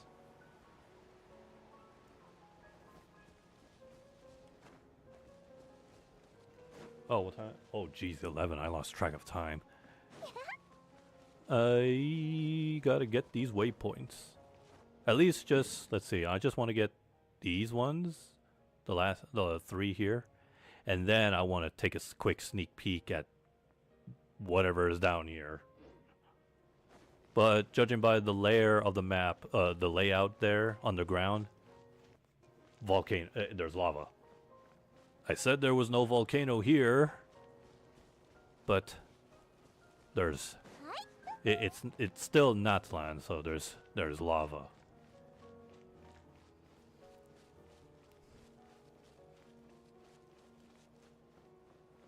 Guessing you gotta fly up there with Verissa. Probably some sort of event going on. Like a challenge of a sort. Oh yeah, no, it definitely is. There's a track. Some curves and turns and ramps. The ramps were already a big giveaway. But I might have passed the starting line. Or didn't notice.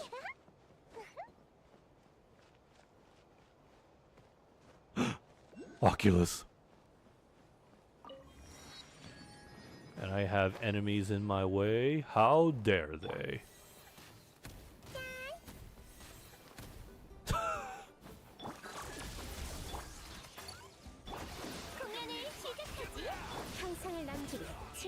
Was there another explosive barrel?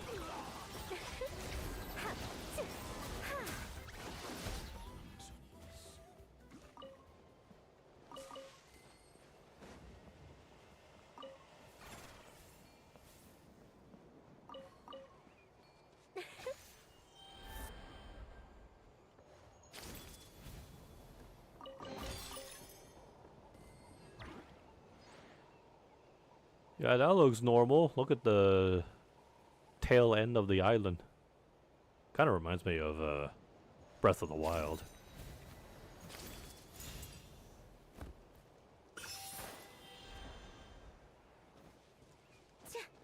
Alright, where am I? Waypoint is just ahead.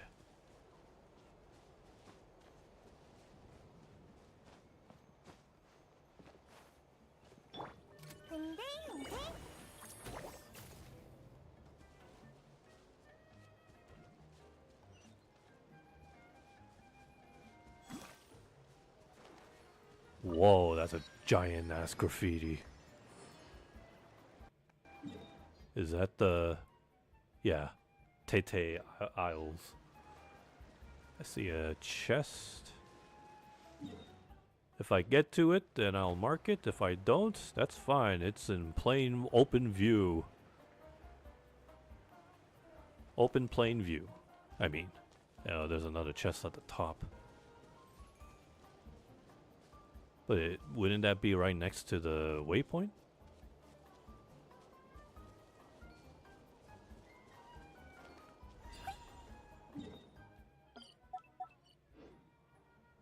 How many stamps do I have left?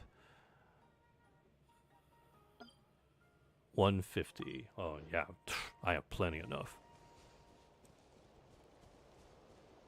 But then again, how many treasures are out there? Or not only treasure chests, I'm also pinning any trials. Those trial challenges, those red emblems.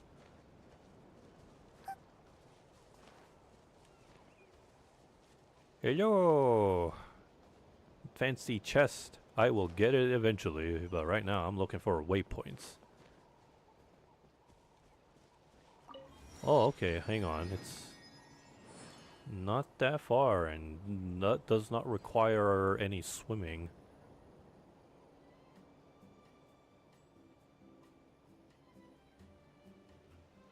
But no bird in sight.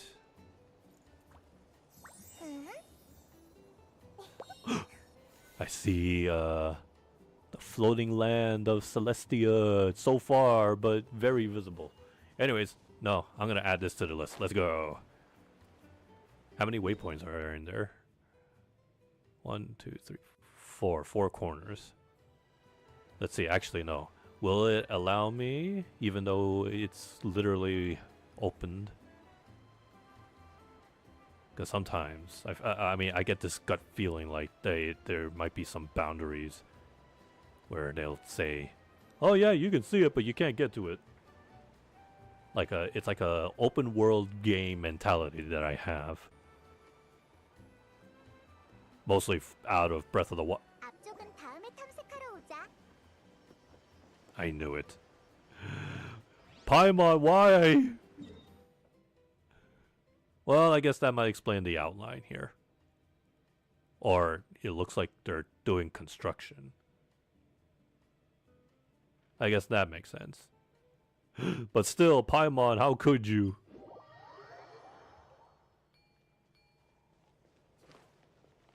Alright. Well, then that's fine. I guess I can get the remaining ones in that. What the heck? Is that what it looks like? Okay, yep, it does look like that. And I see what looks like a sombrero of a sort. Oh, Oculus. I actually have a sombrero. Although despite the size, I think the head the area around the head doesn't fit my head anymore. Hold on, I just want to confirm. Okay, yeah. You can walk on water. Well, I'll do that the old-fashioned way, thank you. Or, I should say, the Archon way. Except, Furina isn't technically a real Archon. Just a splitting image of the late Archon.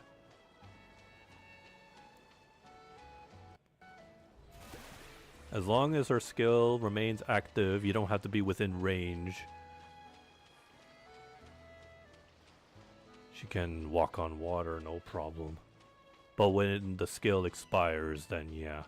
But the cooldown resets before it even expires.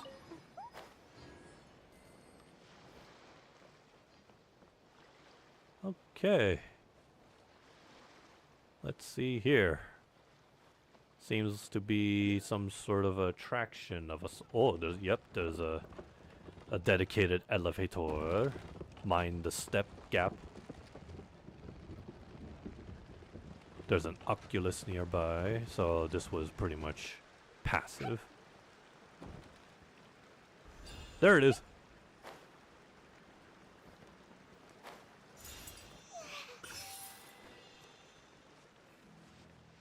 Meow. Ooh, another landscape photo. Oh. This looks... Wait, what do you call this? I know what it is, but I know there's a name for it. For these kind of structures. Believe it or not, this is what the Dead Rising team was trying to make with what Dead Rising 5 was going to take place. Yeah. And that was early in development when they were still working on Dead Rising 4. The team was going to make a... No! Wait. What is that? Hang on. Can I? Is there still a way? No! Oh wait, I just noticed there's a railing here. Aw, man. Why you do this to me? Well, it's what I expected.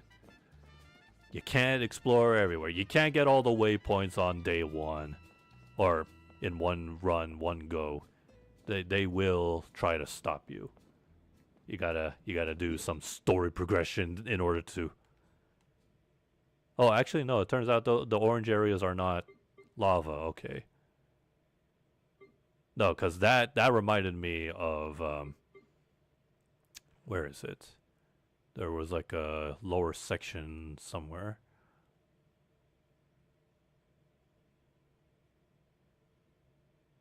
Where was it? Ah, like that. Except that's the hue color is very not the same for sure as this.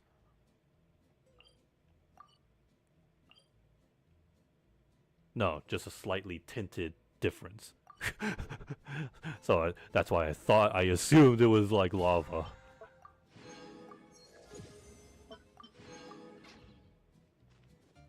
Ah, oh well. Well, at the very least, I got as many waypoints as I can that the game currently allows me. So I'm guessing I gotta do the main quest. Apparently there's two. There's a story quest. And then... No. Yeah, story and then Archon. Yeah. Song of the Welkin Moon. Starring Robot Waifu. And then the story, I'm assuming, is this whole... Oh, jeez! This whole island. Yeah, that makes sense.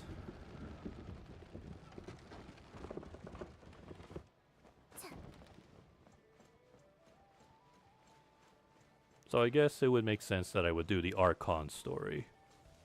Start with the serious end of the story. And then you get to the vacation moment. But I'll do that another time. It's getting late. Oh yeah, move that booty. Did the Genshin team get the ZZZ team on board? And, you know, work them physics?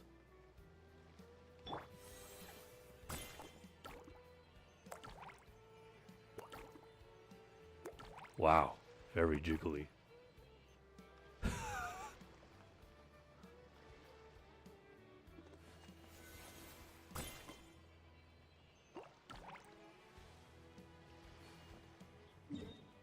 Alright, well, at least I pinned this, pinned that, but I'm pretty sure there's probably a lot of stuff here, and other bits and corners. And this, what do you call this? Ravine? Reservoir? I bet there's like a whole... No! I mean, I accept, but... No, I don't want to start now.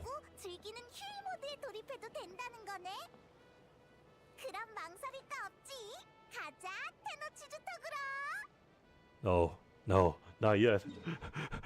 Not yet, Paimon. Also, I need a... whatchamacallit? Statue. Let me offer the...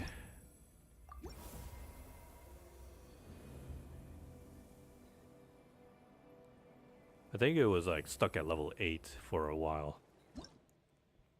Yeah, so 40 minus 8, so 32 remains.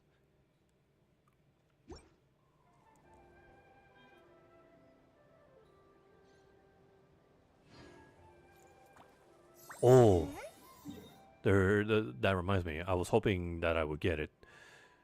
There should be... I saw it earlier on the way here. The shrine. Oh. There's another one, but it's literally by the water. Waterfall, I should say. I think it might be ice. And it's protecting a chest. No, it can't be ice. It's definitely hydro. Which means Dendro? I need Dendro to counteract it. You are going to hate those enemies soon. They're similar to like those Fatu no, Abyss Order guys. What are they called?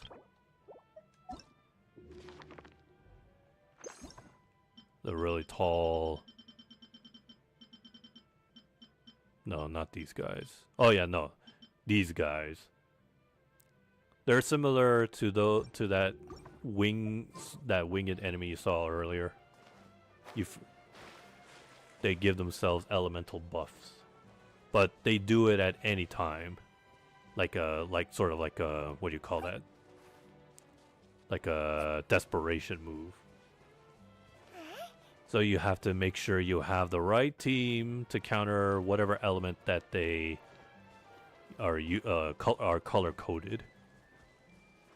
Otherwise, get ready for the longest fight of your life.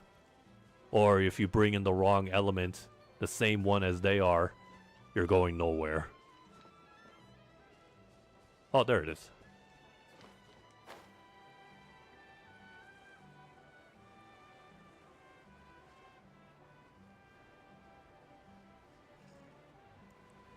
Behold! I'm assuming there has to be one more shrine since the next reward for worshipping the statue gives me another key. And then that should be the last shrine then. I have some sigils now, so let me go back here. Now that Natlan, I'm assuming this has to be the whole map now. Yeah. Oh my god, there's like nothing in between here. But yeah, no, that should be the whole this should be the whole place. Where the next region will be, I have no idea. Looking at the map, just thinking about the map now. Hold on. I just need one more sigil. Okay, that's fine. Where's a challenge I can, or a chest, anything?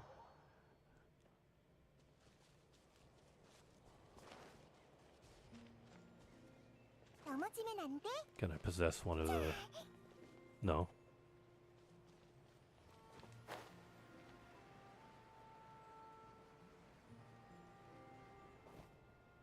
I just saw this thing moving. Was it just going by the trail?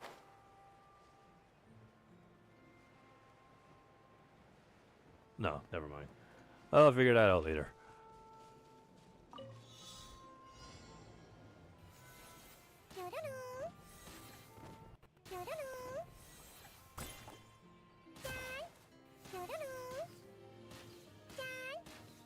How low can you go?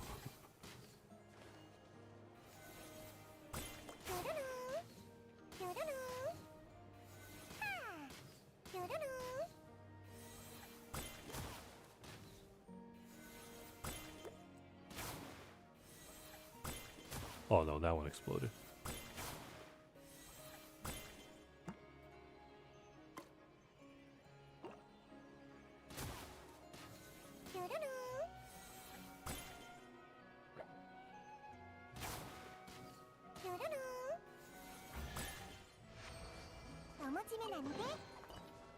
Okay. Oh, good. One sigil. I only needed one. Hold on. Let me just see something here.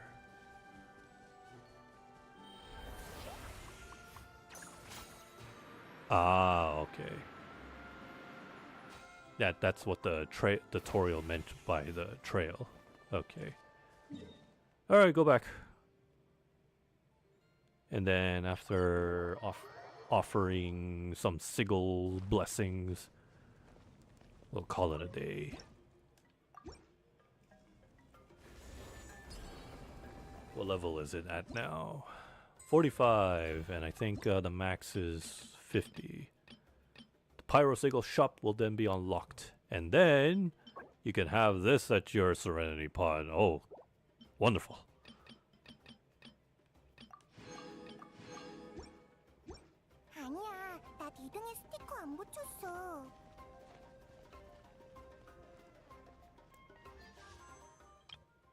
It's only one.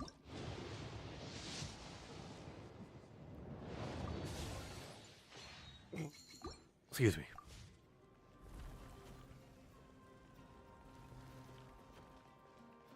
Alright. So I guess that'll be it for today. Today is Saturday. I feel today somehow feels like a Friday, but it's Saturday. So let's see. No, that means no stream tomorrow. Sunday. Sunday, just relax. Just relax, chill. And maybe do some chores if you all have any. Where did those leaves come from? Wait, where do the leaves get stored in? Actually, I think I have an idea where she stores it in. But then I want to know where it comes out. 전투 데이터 업데이트 When it comes 완료. to disposing. 이번엔 천장을 날려버리지 않을 테니 안심하세요. Unless she's built like one of those robots where the stuff inside turns into something.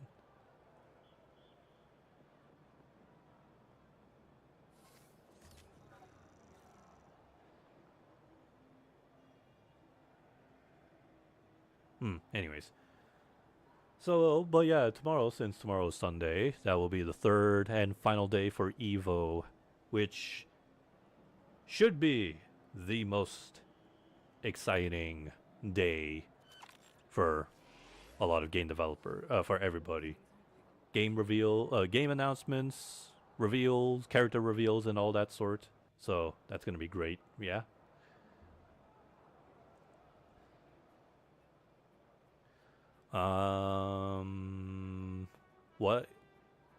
What I predict is we get from Capcom, we get a gameplay of.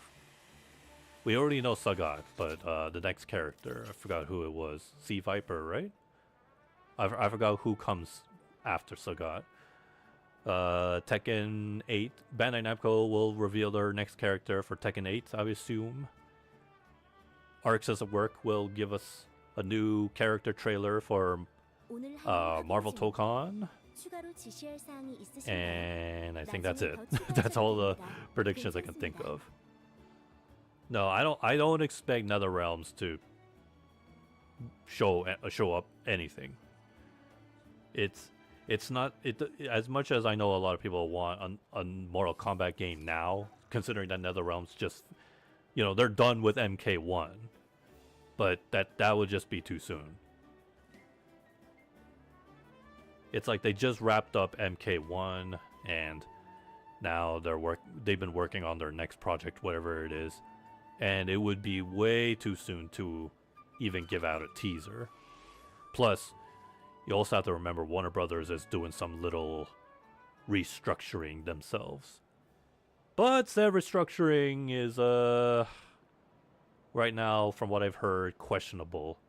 Like they're still trying to put out live service games in full price games. Like they knew Suicide Squad failed, but they want to do it again, I heard. No. And if they dare try to do that with Mortal Kombat or for the next MK, that's it. I'm sorry. Ed Boon, I think at that point, Ed Boon is just going to quit. He's going to leave NetherRealms and be like, no. 전투 데이터 업데이트 Either that or he's going to 이번엔 take 천장을 날려버리지 MK 않을 테니 before he leaves. 안심하세요. He's going to take it away from Warner Brothers somehow, because if Warner Brothers actually does continue with their live service gimmick, implementing them into full price games, I'm sorry, that's game over. And yeah, I did hear, based on their restructuring, yeah, they said they want to focus, like in terms of games, they want to pump out more Harry Potter, Mortal Kombat games out there. And I think Lord of the Rings, I don't know. But the fact that they followed up with that they want to continue live service, and the results from Suicide Squad is right in front of them, and they still believe they can give it a second shot and it'll work somehow. Warner Brothers doing more damage? Yeah. 오늘 할 일 확인 중 Like, if it fails, okay, I get it. When something fails the first time, you want to give it a second shot. But not when you spend billions, millions or billion. I don't know how much Suicide Squad costed them, but dude, everybody knows that game failed miserably. And they hated it. And the fact that that game was supposed to pay tribute to the late Kevin Conroy, dude, that's an insult to him. Like, beyond measure. And now Warner Brothers wants to do it again. Or they aim to do it again. Nah. At that point, I'd say, no, Ed Boon needs to take Mortal Kombat somehow out of their hands. I either find another publisher that cares and doesn't think about, you know, microtransactions and live service. Or they have to do it themselves. Just like IO Interactive, the guys that made Hitman. Remember when they used to work under, they were under the ownership by Square Enix. And Square Enix, at first, they did, you know, provided budget and marketing for Hitman. But when it came to Hitman 2, that's when Square Enix was acting so bossy, where they cut IO Interactive's budget. So specifically, like in the cutscenes, Hitman 1 had actual, you know, CGI cutscenes. Hitman 2, no. It was just still images in CGI with like one of those slide picture motions, like a character moves their arm from one frame to another. People were wondering what happened. The answer, Square Enix cut their budget. And of course, IO Interactive at that moment realized they're not going to survive. So they left Square and took their own IP and finished up the game as Hitman 3. And they decided to publish the game themselves. They didn't find anybody, which I'm sure it costed them a lot, but at least Hitman 3 got their CGI cutscene back. And I bring this up because if the same thing is gonna happen to MK, then yeah, Ed Boon better start packing his bag and his team, find a way to take MK out of their hands. Otherwise, God knows what kind of unimaginable damage Warner Brothers can do to Mortal Kombat. Or the worst case scenario is Ed Boon leaves, takes his team, makes a whole new fighting game, a spiritual successor, and what about Mortal Kombat? Warner Brothers will just do whatever the hell they want with it. Make it into a not a fighting game, that's for sure. Maybe a mobile game. Because if they like live service games, okay, go ahead. That's when people will stop caring about Mortal Kombat. And Warner Brothers will be like, what? But I thought you guys like it. Look, there's gore, fatalities, story. No, it's not a Mortal Kombat without Ed Boon. And if you turn the IP, milk it into something else, you practically lose the sole reason why it was popular in the first place. And that's pretty much a lot of corporate executives these days think. They tend to forget why some franchises have become popular, where the roots come from. Because you know what they only think about? Obviously, they only think about money. Anything to make the money. That's why we have companies like Activision, EA always being like, okay, microtransaction this, microtransaction that. Oh, you need a way to boost your character's stats in a NBA sports game. Okay, pay us $200, and there you go.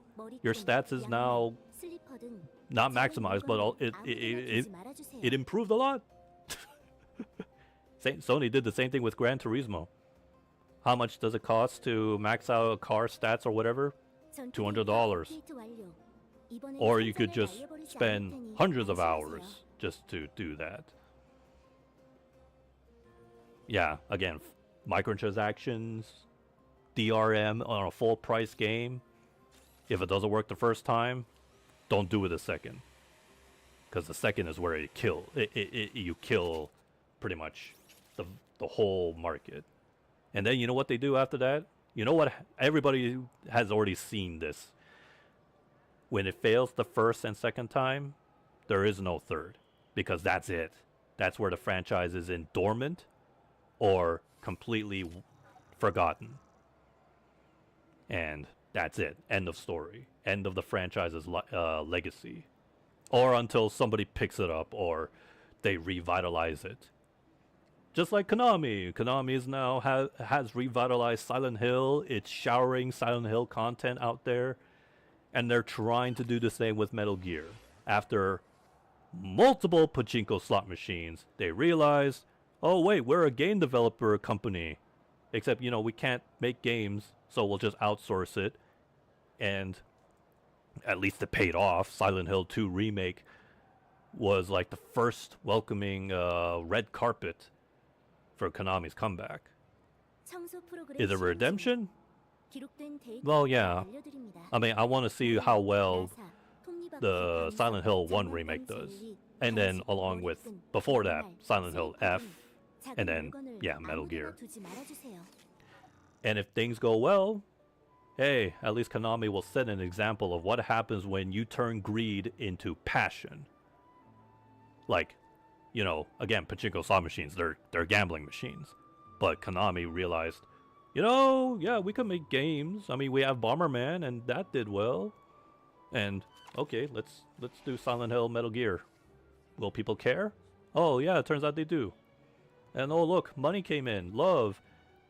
And, oh, man, this takes us back to the early 2000s. Like, you know, back in the day when game developers cared about putting love, passion, determination, and just did whatever the hell they want to do. At the very least, we still have Kojima. At least he's still doing whatever the heck he wants with his game. And I guess in some cases even Nintendo too. Like, just look at Donkey Kong Bonanza. Really a superb game. You expect no less from the people who did Super Mario Odyssey, so there's that. Anyways. So, I don't know. I somehow jumped the change of topic and jumped the gun there when I was possibly talking about EVO. EVO prediction announcements. Well, I guess I should say is, you know, I just hope for the best that whatever Mortal Kombat's future is down the road, what comes next, you know, they do well. At the very least, while not a new Mortal Kombat game, but Classic Collection. At least there's that. A game that does talk about the legacy of the Mortal Kombat games. Oh boy, but I'm pretty sure Warner Brothers is just gonna brush it off and say, is it making money? It's not hard to imagine them just saying that. They'll give you the side eye and be like, is it making money? Truly, the Mr. Krabs mentality. Alright, now it's 11:30. Okay, I better get going. But enjoy day 3 of EVO. Or day 2 if it's still going on. But day 3 tomorrow. I'll be sure to check it out. Especially grand finals for a couple of games. Especially Street Fighter 6. Because usually Street Fighter is the last game, right? That they wrap up for grand finals. And then, yeah, you know, announcements here and there. Can't wait. And we'll see which one of those predictions I make does come true. Although I feel like those aren't really predictions, but more like the obvious. But I'm calling it out as predictions in case they actually don't have anything. All right, so with that, I will then see you guys in the next stream. You folks have a good day and a good night. See ya, folks.